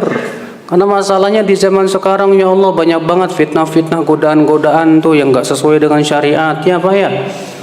Ya cari nafkah, cari rezeki, ternyata haram. Aduh, gimana ini? Ya kalau nggak kuat-kuat banget sami'na wa ata'na kita, kolep, Pak, iman kita ini, Pak. Benar. Makanya saudara-saudaraku sekalian, ikhwatul Islam, azani Allah wa iyyakum. Jadi Ahlussunnah wal Jamaah dasarnya Al-Qur'an, hadis, ijma, ditambah apa? Dan Ahlussunnah wal Jamaah itu orang-orang yang betul-betul sami'na wa ata'na kepada 4 perkara tadi. Ya, komitmennya kuat. Ya, saudara-saudaraku sekalian. Jadi menurut Islam adat istiadat itu harus ditolak apa enggak? Tidak secara mutlak diterima, tidak secara mutlak ditolak. Jadi gimana dong batasannya? Setiap adat istiadat yang tidak bertabrakan dengan syariat Islam boleh, nggak apa-apa. Bapak pakai sarung, pakai koko, itu kan sesuai syariat Islam, ya Pak. Nah kalau misalnya kayak orang liberal, Pak, orang liberal ketika menafsirkan jilbab lucu deh, Pak. Jilbab itu pakaian setiap yang menutupi aurat dan disesuaikan dengan adat istiadat masing-masing.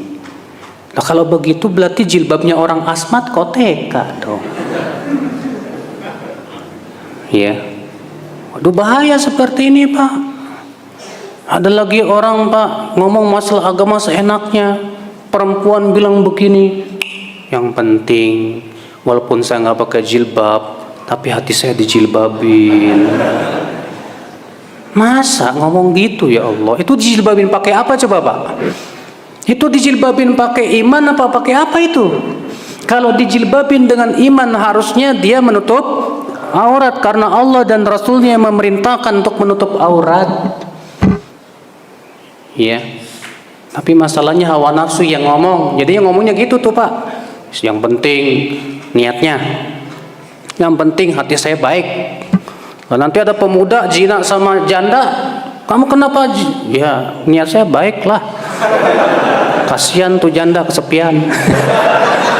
Aduh, gimana jadi rusak nih syariat Pak kalau gitu jadinya. Saudara-saudaraku sekalian, ya. Jadi ini keistimewaan yang pertama. Ahlussunnah wal Jamaah, ya dasarnya kuat, pijakannya kuat. Al-Quran, hadis, ijma, dan qiyas. Harus istiqomah nih Pak. Al-Quran, hadis, ijma. Karena kan banyak diantara kita gak istiqomah. Ya, mohon maaf Pak. Kita ini harus jadi pencari dalil. Kita harus jadi pengikut Nabi dan jangan pengikut hawa nafsu. Siap kita jadi pengikut Nabi? Benar. Siap jadi pengikut Nabi? Masya Allah, alhamdulillah. Yang namanya ngikut di belakang sampai depan. Hah? Yang namanya ngikut di depan apa belakang? Harus di belakang, masa di depan?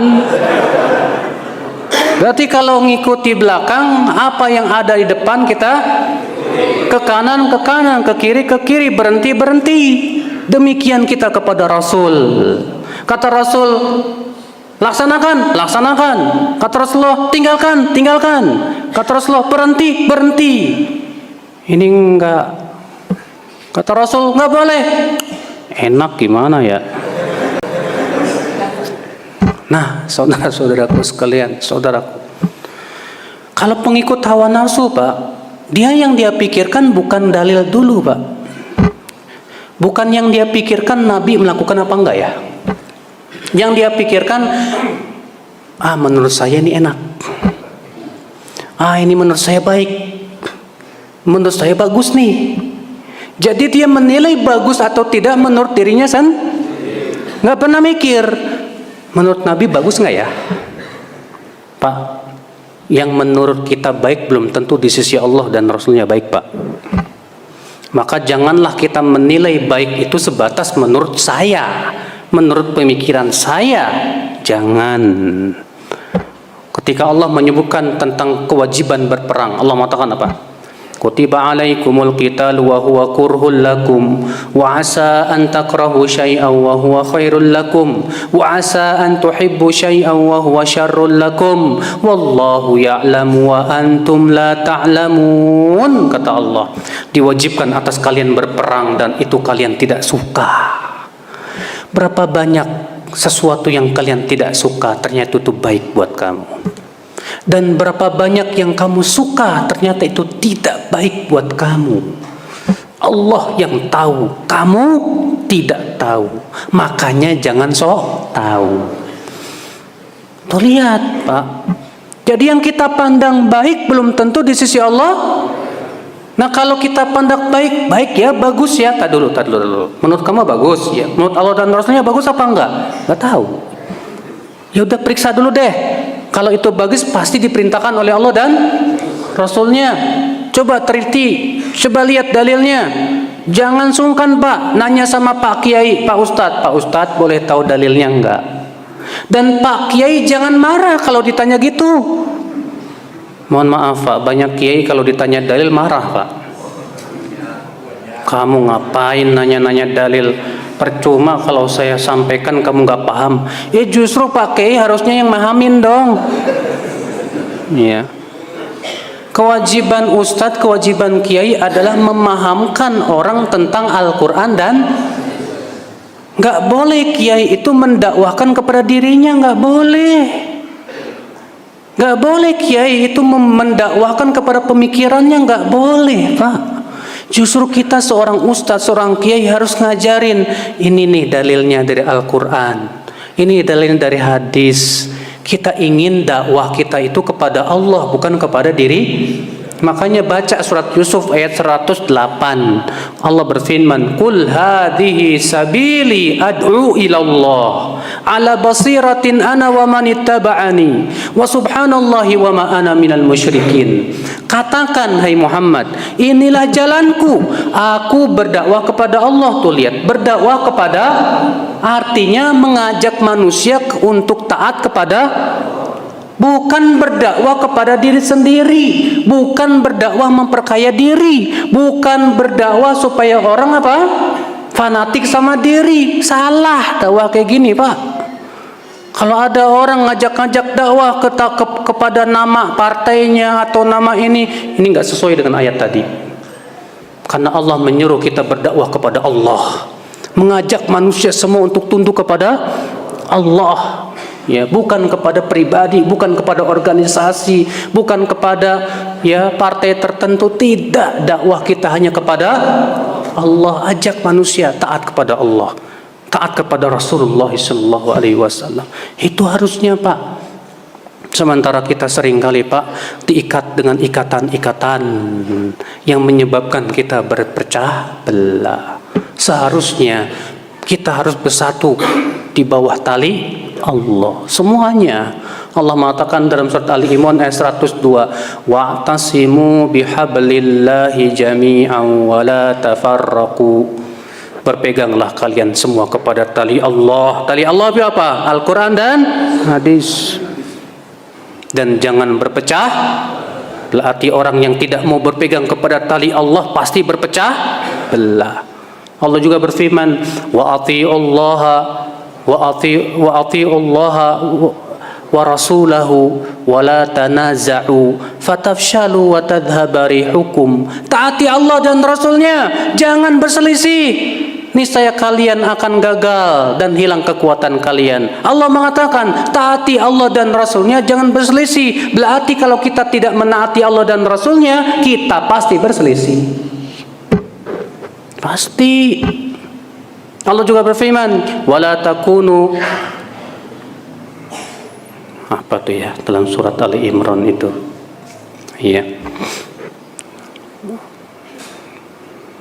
Ada mushaf ya? Sebentar ya, Pak ya. Saya agak lupa. Padahal barusan tadi ingat. Surat Ali Imran, sebentar. Allah Ta'ala berfirman, wala takunu kalladzina tafarraqu wakhtalafu min ba'di ma ja'ahumul bayyinat. Janganlah kalian seperti orang-orang yang berpecah belah dan berselisih setelah datang kepada mereka keterangan. Di sini Allah mengatakan mereka berselisih setelah datang keterangan. Maka Bapak sekalian, keterangan itu berupa Al-Quran dan hadis. Kalau sudah datang Al-Quran dan hadis sesuai dengan pemahaman salafus saleh, para ulama, para dari kalangan sahabat, tabi'in, tabi'ut tabi'in, jangan ditolak dengan akal kita, jangan ditolak dengan perasaan kita, jangan ditolak dengan apa? Adat istiadat.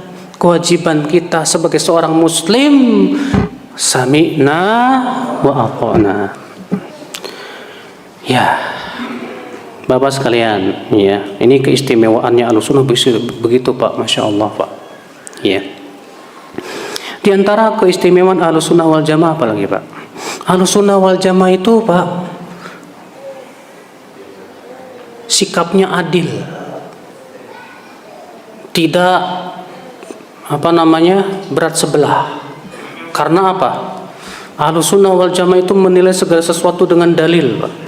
Bukan dengan bukan dengan emosi, bukan, tapi dengan dalil yang berasal dari Allah. Dan makanya Ahlussunnah wal Jamaah itu, Pak, nggak mudah mengkafirkan orang, nggak mudah mengkafirkan orang. Oh, kamu kafir, kamu ini, kamu halal darahnya dan yang lainnya. Nggak pernah Ahlussunnah seperti itu, Bapak sekalian.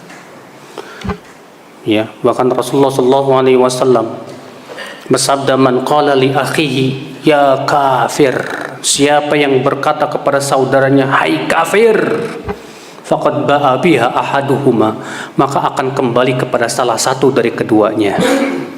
Jika yang dituduh kafir memang benar, masuk tuh tuduhan. Wa illa, kalau ternyata yang dituduh kafir tidak benar kafir, roja'at ilai, akan kembali kepada yang mengucapkannya. Apa maksudnya kembali kepada yang mengucapkan? Imam Nawawi menjelaskan, maksudnya orang yang menuduh kafir ini suatu ketika akan diseret kepada perbuatan kekafiran. Bahaya kan Pak?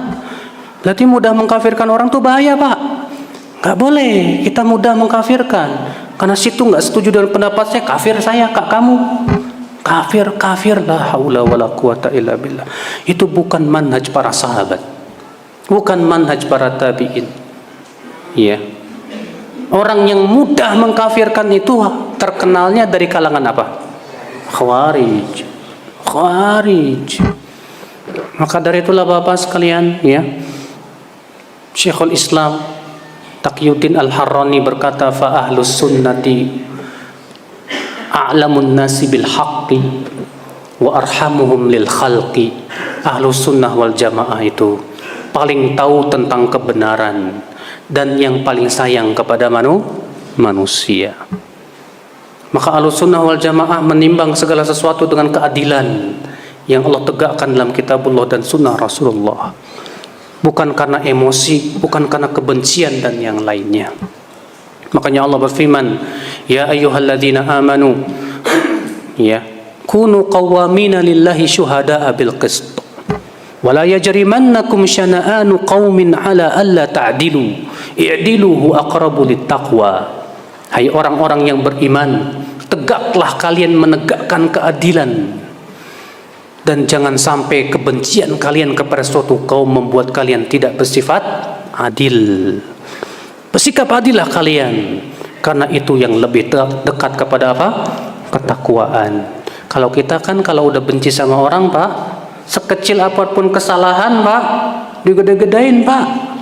Apalagi di zaman bully Pak, di media massa itu, waduh, orang senangnya ngebully aja. Share videonya yang seakan-akan itu nyeleneh, dibully habis-habisan. Tujuannya apa? Merusak apa? Kehormatan dia. Tidak sadar bahwa merusak kehormatan seorang muslim dengan lisan itu Pak, lebih besar dosanya daripada riba. Bapak tahu tidak Pak, riba itu dosanya berapa? Dalam satu hadis yang hasan, Rasulullah SAW sabda apa? Dirhamu riba, satu dirham riba sama dengan 36 kali berzina. Satu dirham riba itu. Dalam hadis yang diriwayatkan Nasai, innalir riba sab'ina baban. Riba ada 70 pintu. Yang paling rendah seperti mensetubuhi ibunya. Dan riba yang paling riba, kata Rasulullah, istitalatur rajul ala irdi akhi. Seseorang merusak kehormatan saudaranya dengan lisannya. Merusak kehormatan saudaranya dengan apa? Di zaman sekarang banyak banget Pak.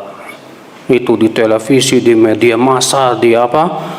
Di Facebook, di tempat buat ngebully orang Pak. Kalau ada orang nggak setuju sama kelompoknya, ini orang harus dijatuhin, ini orang harus dibunuh apa karakternya, habiskan, serang, hancurkan. Di dunia sih nggak ada yang balas, di akhirat ngeri Pak. Dosanya ngeri itu Pak. Sebutkan dalam hadis yang hasan, Rasulullah SAW sabda apa? Inna li jahannama jubaban. Neraka jahanam itu memiliki palung-palung. Apabila dan setiap palung itu mempunyai pantai-pantainya, kata Rasulullah SAW, seperti pantai. Dan di pantai-pantai itu, kata Rasulullah, ada ular-ular sebesar-besar apa? Unta. Dan kalajengking sebesar bigol. Apabila, kata Rasulullah, penduduk api neraka minta keringanan, ya Allah ringankan aku azabku, maka dikatakan kepada penduduk api neraka itu, pergilah kamu ke pantai neraka. Pergilah, di sana dia disengat oleh apa?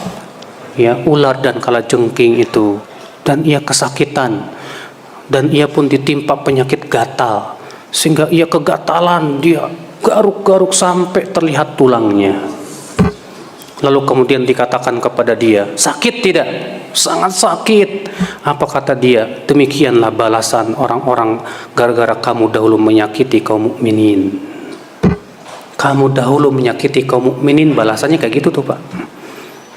Ya, emangnya kehormatan muslim itu tidak berat di mata Allah? Kemudian kita rusak seenaknya hanya karena dia tidak setuju dengan pendapat kita. La haula wala quwata illa billah. Maka kita harus bersikap adil. Ya, menghadapi orang-orang yang kita tidak suka juga harus tetap adil. Sama musuh saja harus bersikap apa? Adil. Lihat adilnya Rasulullah SAW Pak. Ketika Rasulullah sedang duduk lewat orang Yahudi, apa kata orang Yahudi Pak?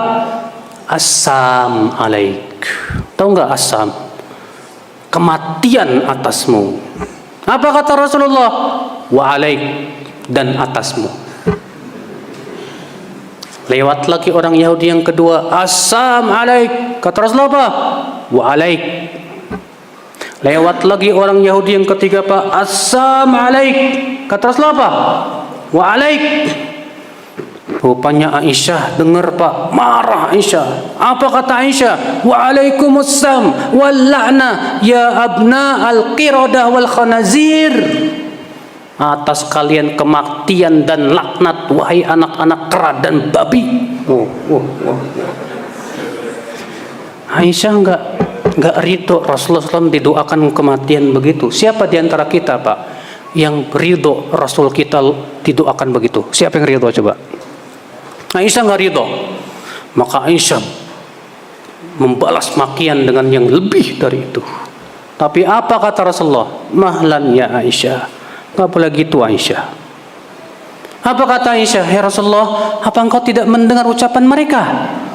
Kata Rasulullah, kan sudah aku jawab. Ketika mereka mengatakan assam alaik, kata Rasulullah apa? Kan sudah jawab dengan yang semisal. Itu keadilan Mbak. Sementara Aisyah ditambahin lebih dari itu. Atas kamu kematian, laknat, wahai anak-anak kera dan babi. Ini kelebihan. Memang benci, tapi kan tetap harus keburukan dengan yang setimpal. Itulah adilnya Rasulullah Pak. Padahal Anda tahu sendiri orang Yahudi bagaimana Pak. Tapi tetap Rasulullah bersikap adil dalam membalas mereka. Apalagi sesama muslim, sesama kaum muslimin. Kalau saya ada yang membuli saya lebih senang tidak membalas kalau dia muslim. Karena saya tidak ingin ada satu muslim pun yang masuk neraka gara-gara saya. Ya udah biarin aja, doain ya Allah mudah-mudahan Engkau berikan hidayah. Dia muslim. Tapi kalau dia kafir baru bisa. Tapi yang setimpal dengan dia. Maka dari itulah Bapak sekalian, kenyataan yang ada enggak? Ya. Kita terkadang sama orang kafir marah berkasih sayang. Sama orang beriman boro-boro. Maka dari itulah Bapak sekalian, kita harus bersikap adil Pak. Bersikap apa? Adil lah. Itulah keistimewaan Ahlus Sunnah. Ahlus Sunnah itu selalu menganjurkan untuk bersikap apa? Adil. Walaupun orang menuduh kita berbagai macam sesat, kita nggak pernah bersikap lebih dari mereka, Kak. Paling kita nanya, maaf Pak, sesatnya di mana? Udah cukup, selesai. Walaupun mereka ngapain, udah lebih baik kita sabar aja lah. Itulah sikap adil. Ya. Bukan berarti kita tidak bisa membalas, bukan. Tapi kita menghindari mudarat yang lebih besar.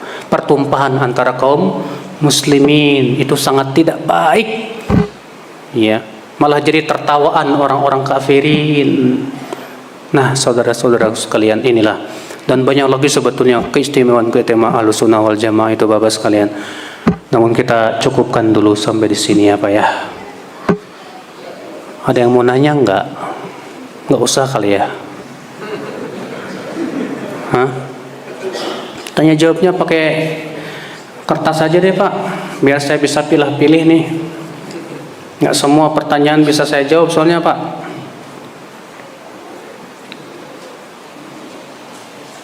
Apa hukumnya suami yang berkata seperti ini sama istrinya? Kamu jangan berpenampilan syar'i ya. Tidak pantas. Biar nanti dosa kamu yang saya tanggung. Aduh ya Rabbi. Pak, ini ucapan kufur, Pak. Masa suami mengatakan sama istrinya begitu? Kamu jangan pakai pakaian syar'i ya. Sama saja suami berkata apa? Syariat nggak pantas buat kamu. Syariat, padahal syariat kan pantas untuk seluruh orang, ya nggak Pak? Semua syariat Islam pantas, wajib diamalkan oleh setiap orang. Kewajiban kita sami'na. Tahu-tahu ada suami berkata begitu, istriku, kamu nggak usah pakai jilbab dah, nggak pantas deh, nggak cocok. Kamu yang enaknya you can see aja. Ya Allah, ya Rabbi, ini namanya menentang Allah dan Rasulnya. Udah gitu dia berani berkata, biar dosa mau saya tanggung. Dosa dia sendiri nggak bisa nanggung, mau nanggung dosa orang lain. La ilaha illallah. Emangnya neraka tempe apa? La haula wala quwata. Ini diucapkan orang yang kurang imannya Pak. Kalau dia beriman kepada Allah dan dia takut kepada api neraka, nggak berani dia berkata begitu Pak. Ya, subhanallah. Maka istri tetap istiqomah. Bilang, Mas, saya cinta kamu tapi Allah dan Rasulnya lebih saya cintai Mas.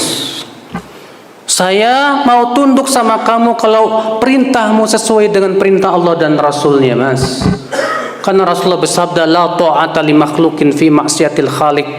Tidak boleh menaati makhluk untuk memaksiati Allah. Nggak boleh. Saya tidak akan pernah menaati kamu. Walaupun kamu cerai saya tidak peduli. Saya lebih memilih Allah dan Rasulnya daripada memilih kamu. Masya Allah, seorang istri harus tegar begitu. Ya, jangan ketakutan sama suami, akhirnya lepas jilbab, Pak. Akhirnya sama-sama masuk neraka. Naudzubillah. Nasallallahu assalamata wal afiyah.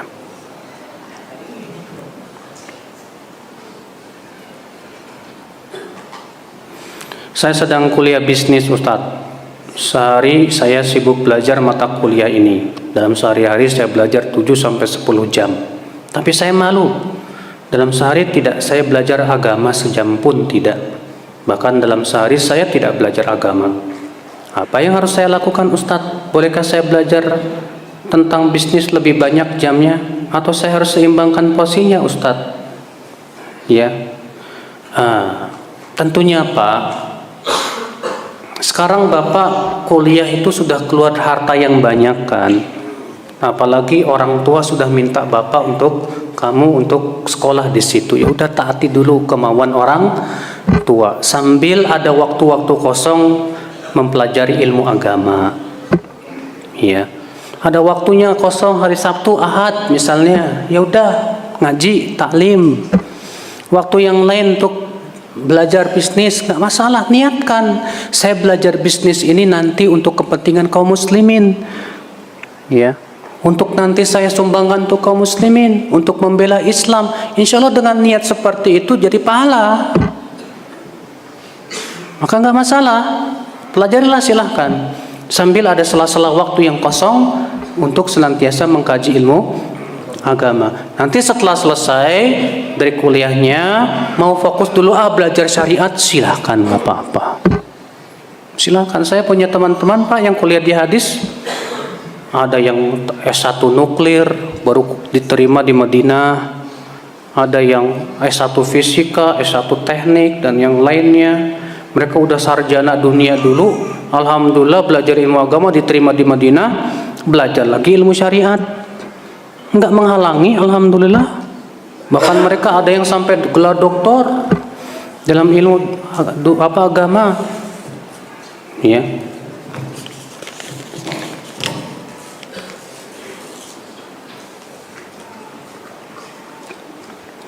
Saya punya saudara, dia seorang pengusaha sukses. Dia rajin sholat berjamaah di masjid. dikir, puasa sunnah, dan sering bersedekah. Tapi dia juga senang mengunjungi orang-orang pintar. Apa ini orang pintar nih? Jadi segala sesuatu yang mau dia lakukan selalu bertanya dulu ke orang pintar. Orang pintar tuh maksudnya apa, Pak? Dukun. Masa dukun orang pintar? Kalau dia pintar nggak bakalan jadi dukun. Ya nggak, Pak? Banyak orang, Pak, datang ke dukun cari kekayaan. Si dukunnya aja nggak kaya-kaya. Mau aja dibodoh-bodohin. Kalau nih orang pintar mikir perdukunan tuh dilarang dalam syariat, nggak bakalan jadi dukun. Jadi jangan disebut orang pintar kayak gituan mah, Pak. Orang bodoh. Ya. Jadi nggak boleh kita datang kepada dukun. Rasulullah mengancam, Pak. Siapa yang mendatangi dukun, man ata kahinan lam tuqbal lahu salatun arba'ina lailah. Siapa yang mendatangi dukun tidak diterima salatnya 40 malam. Dalam riwayat Muslim dengan lafaz man ata kahinan fasaddaqa bima yaqul faqad kafara bima unzila ala Muhammadin sallallahu alaihi wasallam. Siapa yang mendatangi dukun dan membenarkan ucapan si dukun, sungguh ia telah kafir kepada apa yang diturunkan kepada Nabi Muhammad sallallahu alaihi wasallam. Enggak boleh. Jadi konsultasi sama siapa dong? Konsultasi itu sama orang-orang yang pintar ilmu agama, yang takwa kepada Allah, yang takut kepada ya Allah dan api neraka, yang benar-benar menjalankan Islam, ya sholatnya benar, menjauhkan kesyirikan, senantiasa mentauhidkan Allah. Ini baru orang pintar. Jadi jangan salah menyebut seseorang itu sebagai orang pintar. Ya.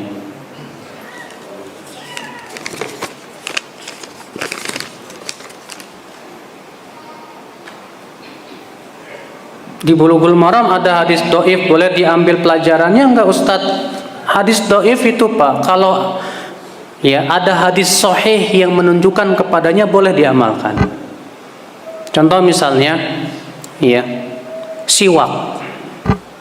Nabi Rasulullah SAW menganjurkan dalam hadis-hadis sahih untuk bersiwak, ya kan? Maka kalau ada suatu hadis dhaif yang menyebutkan tentang keistimewaan siwak, boleh diamalin nggak? Boleh, karena siwak itu ditunjukkan oleh hadis lain yang sahih. Maka kalau misalnya di Bulughul Maram Bapak dapat hadis dhaif tapi ada hadis sahih yang menunjukkan kepadanya pokok dari amalannya, boleh diamalkan. Tapi kalau tidak ada sama sekali, nggak boleh diamalkan. Iya. Imam Al-Hafidz Ibnu Hajar menulis kitab Bulughul Maram itu, Pak, tujuannya ingin menyebutkan semua dalil-dalil yang dijadikan dalil dalam masalah fikih tanpa memandang itu sahih apa dhaif. Makanya namanya Bulughul Maram min adillatil ahkam. Bulughul Maram artinya sampai kepada tujuan yang diinginkan. Min adillatil ahkam, dari dalil-dalil hukum. Artinya beliau hanya ingin menyebutkan saja, ini loh dalil yang dijadikan sandaran hukum suatu madhab, tanpa melihat sahih apa dhaif.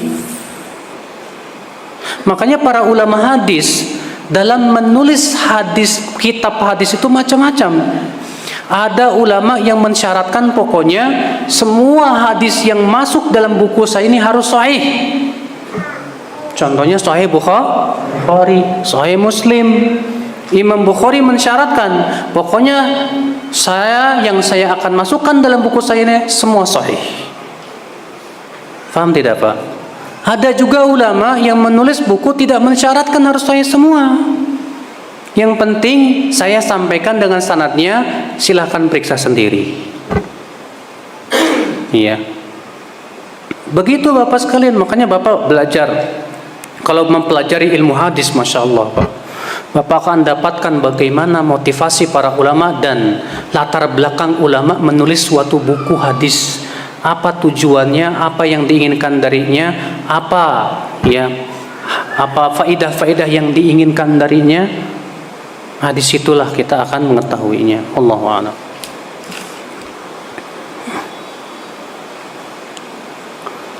Sebelumnya doakan kami warga Ciamis semoga bisa mengaplikasikan sami'na wa ata'na. Amin, mudah-mudahan.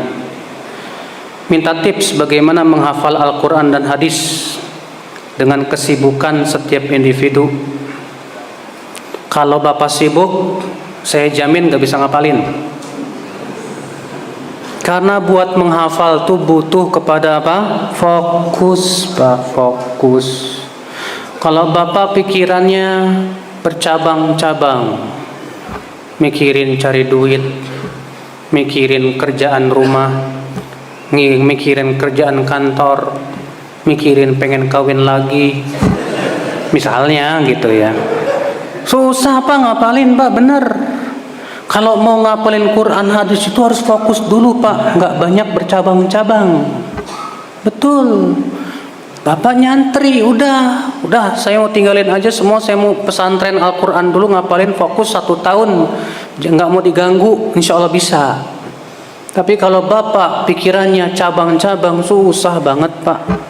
Walaupun Bapak pinter cepet ngapalin, bisa 1 jam bisa ngapalin 2 lembar misalnya, setelah itu segera hilang. Kenapa? Karena pikiran kita tidak fokus. Maka dari gimana dong caranya? Kalau seperti itu ya udah sedikit-dikit. Yang penting mungkin. Misalnya Bapak dengan kesibukan yang ada dalam seminggu Bapak bisa hafalkan berapa ayat? 10 ayat. Ya udah. Tapi mungkin aja dulu tuh. Mungkin betul diulang lagi sampai mungkin betul baru nambah. Kalau bisa sambil dipahami maknanya. Baca kitab-kitab tafsir. Sehingga setelah kita paham banget, baru kita insya Allah hafalannya juga bagus Pak, insya Allah biidznillah. Yang kedua, sering-sering diulang. Kalau lagi nyetir, lagi ada waktu kosong, diulang lagi. Apalagi kalau pas sholat tahajud, bisa diulang untuk hafalannya itu, di murojaah. Kalau sering di murojaah, insya Allah kuat hafalannya Pak. Iya. Kalau jarang di murojaah, susah.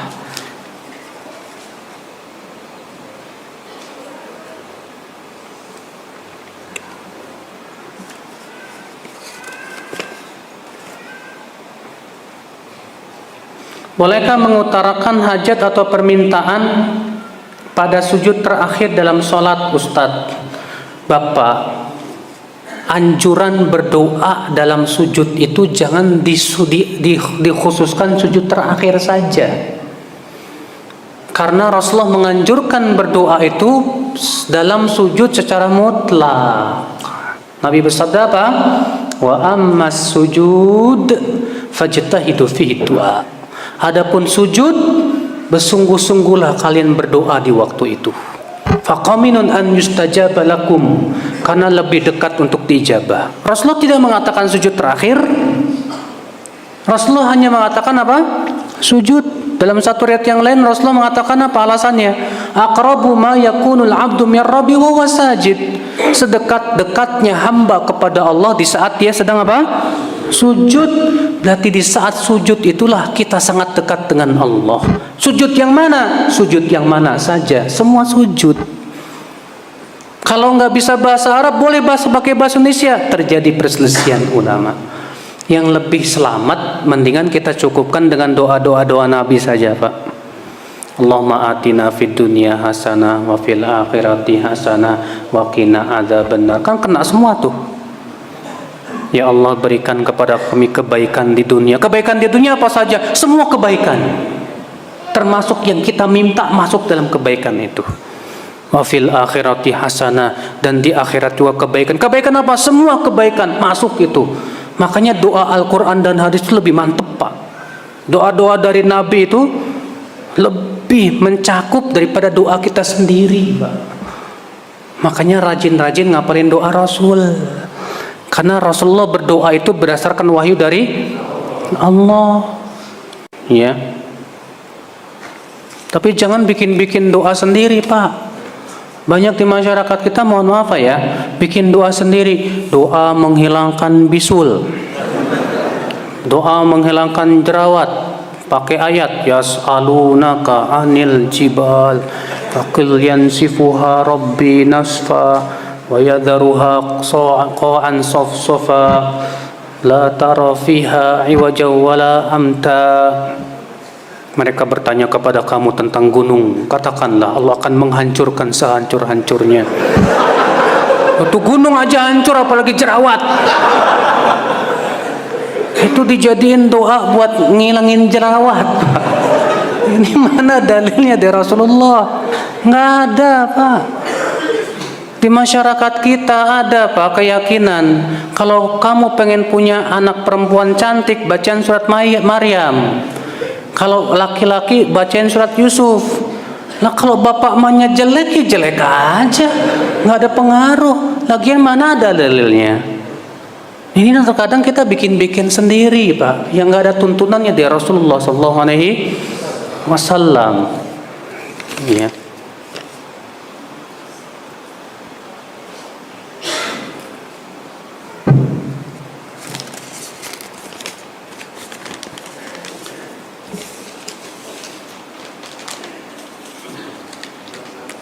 Dosakah orang tua yang melarang anak perempuannya dan suaminya ketika ingin belajar mandiri dan tidak tinggal satu rumah?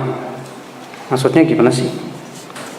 Dosakah orang tua yang melarang anak perempuannya dan suaminya ketika ingin belajar mandiri dan tidak tinggal satu rumah? Maksudnya orang tuanya melarang. Iya, dalam artian kamu kok nggak bersatu sama suami kamu? Ya kan belajar mandiri, masing-masing belajar sendiri. Dilarang sama orang tua, kamu sebagai seorang istri wajib bakti sama suami. Bener tuh orang tua, bagus. Ya, masa udah kawin masing-masing, Pak, ngapain kawin kalau gitu? Udah kawin ya ada hak kewajibannya nggak? Suami punya hak ada nggak? Ada hak dan kewajibannya. Istri punya hak kewajiban. Udah kawin suami masing-masing, ngapain kawin kalau gitu? Maka dari itulah Anda kalau Anda ingin menikah wajib belajar. Seorang wanita wajib mempelajari apa hak dan kewajiban seorang suami. Seorang suami wajib belajar juga apa hak dan kewajiban seorang istri yang harus dipenuhi oleh seorang suami. Ya, supaya apa? Supaya dia berjalan rumah tangga sesuai dengan yang diperintahkan oleh Allah dan Rasulnya.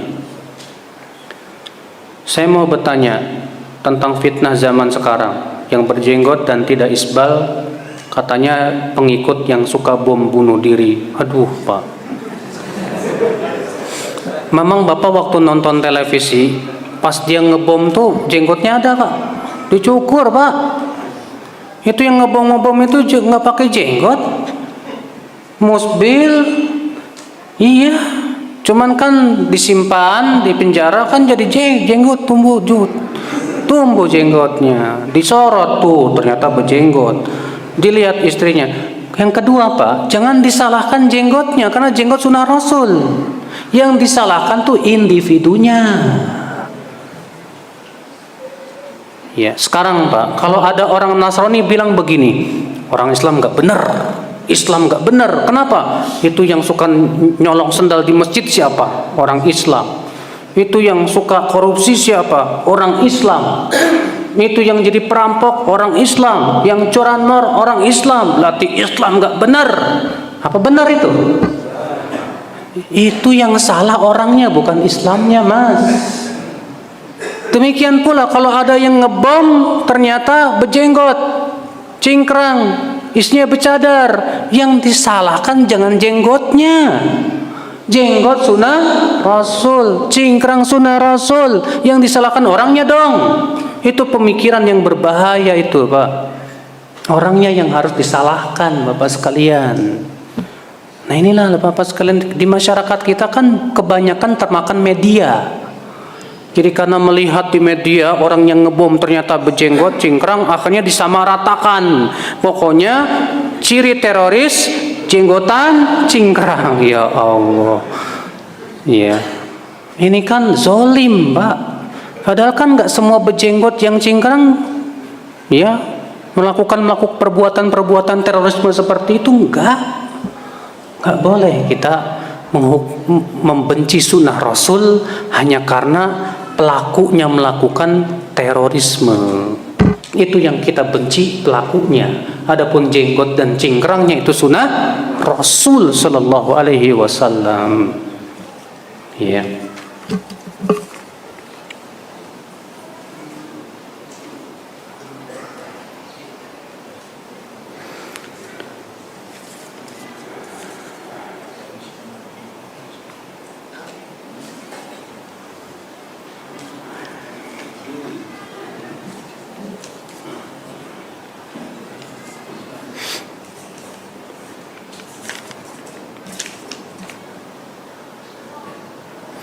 Apa? Tolong jelaskan hukum pakai miswak, bersiwak. Siwak itu sudah saya sebutkan sunnah, Pak. Rasulullah sallallahu alaihi wasallam bersabda apa? Ya, alaikum bis-siwak fa innahu madharatun lil fam mardatun lirrabb. Hendaklah kalian bersiwak karena itu lebih suci untuk mulut kalian dan lebih diridhoi oleh Rabb kalian. Ya. Bersiwak itu bagus sekali, Pak. Rasulullah SAW selalu bersiwak. Bahkan Rasulullah ketika meninggal dunia di pangkuan Aisyah, ucapan terakhir Rasulullah berkata apa? Fir rafiqil a'la, sambil menunjuk dengan siwak. Fir rafiqil a'la, meninggal beliau. Yang tersebar di masyarakat apa, Pak? Rasulullah meninggal sambil mengucapkan ummati, umatku, umatku itu hadis mungkar.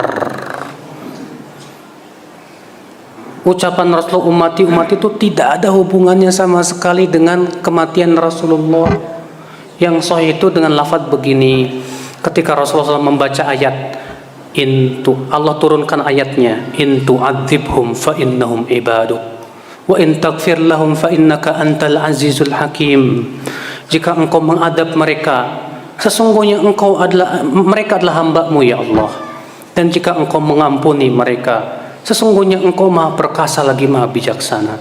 Rasulullah menangis lalu berkata, umatku, umatku, umatku. Lalu Allah berfirman kepada Jibril, hai Jibril, pergilah kamu kepada Muhammad, tanya kepadanya, kenapa? Apa yang membuat dia menangis? Maka kemudian Jibril pergilah ke Rasulullah, ditanya apa? Ya, disampaikanlah kepada Allah. Maka Allah berfirman, hai Jibril, sampaikan kepada Muhammad, inna sanurdika fi ummatik wala nasu. Kami akan ridhokan engkau pada umatmu dan kami tidak akan menyusahkan kamu. Itu lafaz yang sahih yang dalam riwayat Imam Ahmad dan Musnad dan yang lainnya. Bukan Rasulullah ucapkan itu ketika beliau meninggal dunia, yang tersebar di masyarakat ketika Rasulullah meninggal dunia. Ini lafaz yang tidak ada asalnya, Bapak sekalian. Wallahu a'lam. Udah dulu Pak ya. Semoga yang saya sampaikan bermanfaat Bapak sekalian. Mohon maaf bila ada kata-kata yang tak berkenan di hati. Yang benar semuanya dari Allah, yang salah itu dari kekurangan ilmu saya. Wabillahi taufik. Sallallahu ala nabiyina Muhammadin wa akhiru da'wana alhamdulillahi rabbil alamin. Assalamualaikum warahmatullahi wabarakatuh.